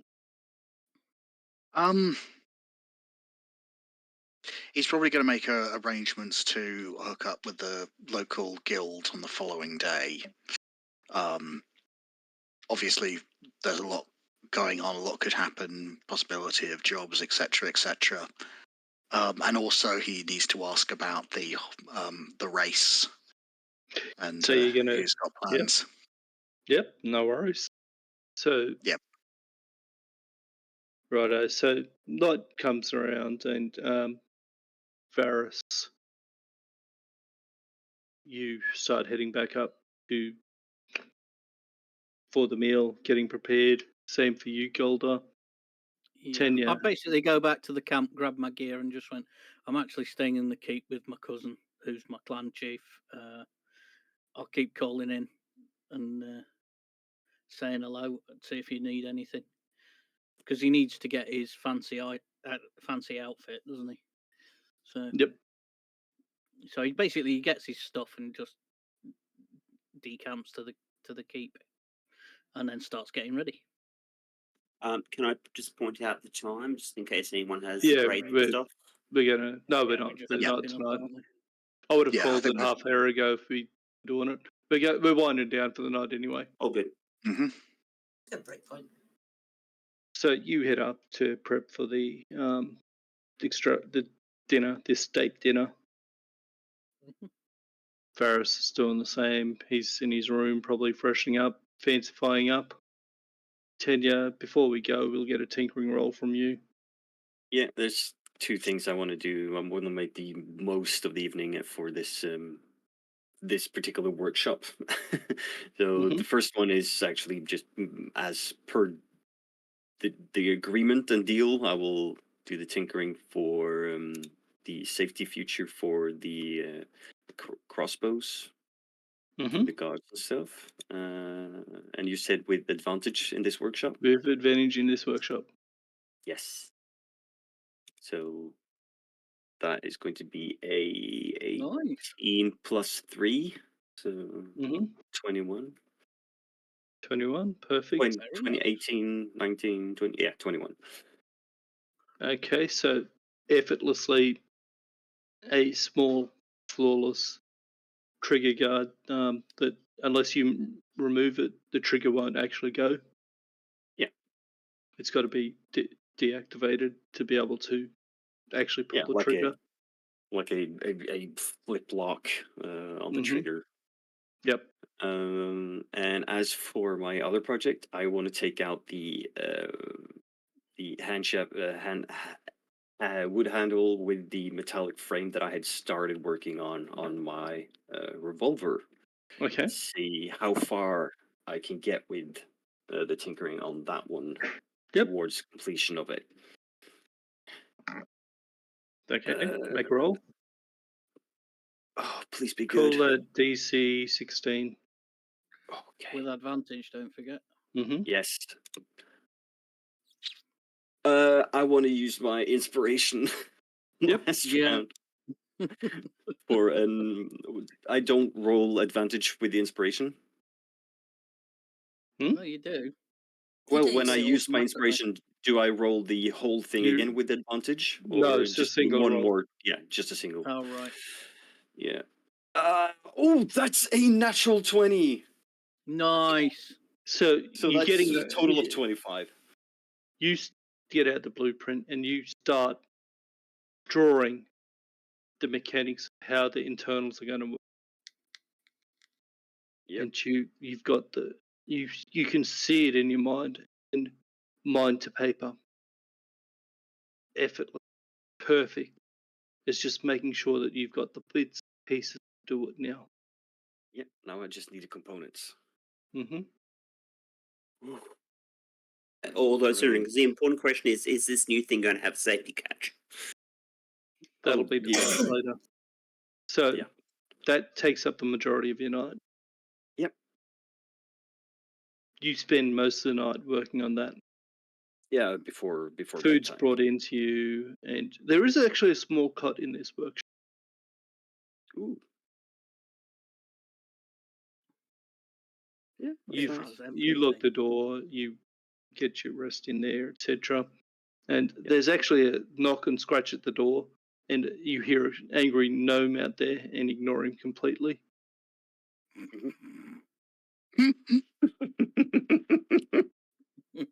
I can't get over that. The investigator that worked perfectly. I think that's one of the best role playing moments I've had so far for Tanya. And anyway, folks, that's where we're going to call it tonight. Yep. Yep. And we will start top to bottom. No, we go bottom to top. MVP. Ferris. You're not coming through?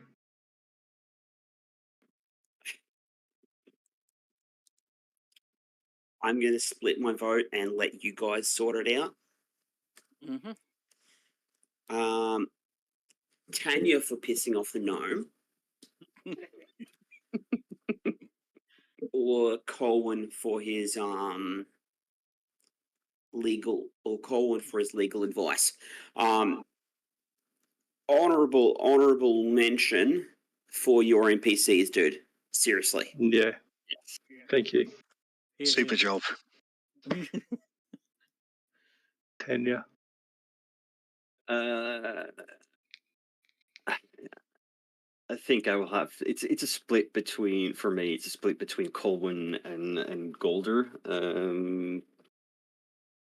Loved the interaction Golder had with his cousin, but I think I had it to Colwyn for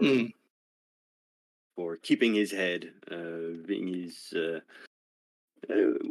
trying to be my lawyer as well as then trying to keep himself out of trouble. Colwyn nearly got himself investigated by trying to obfuscate. Yeah.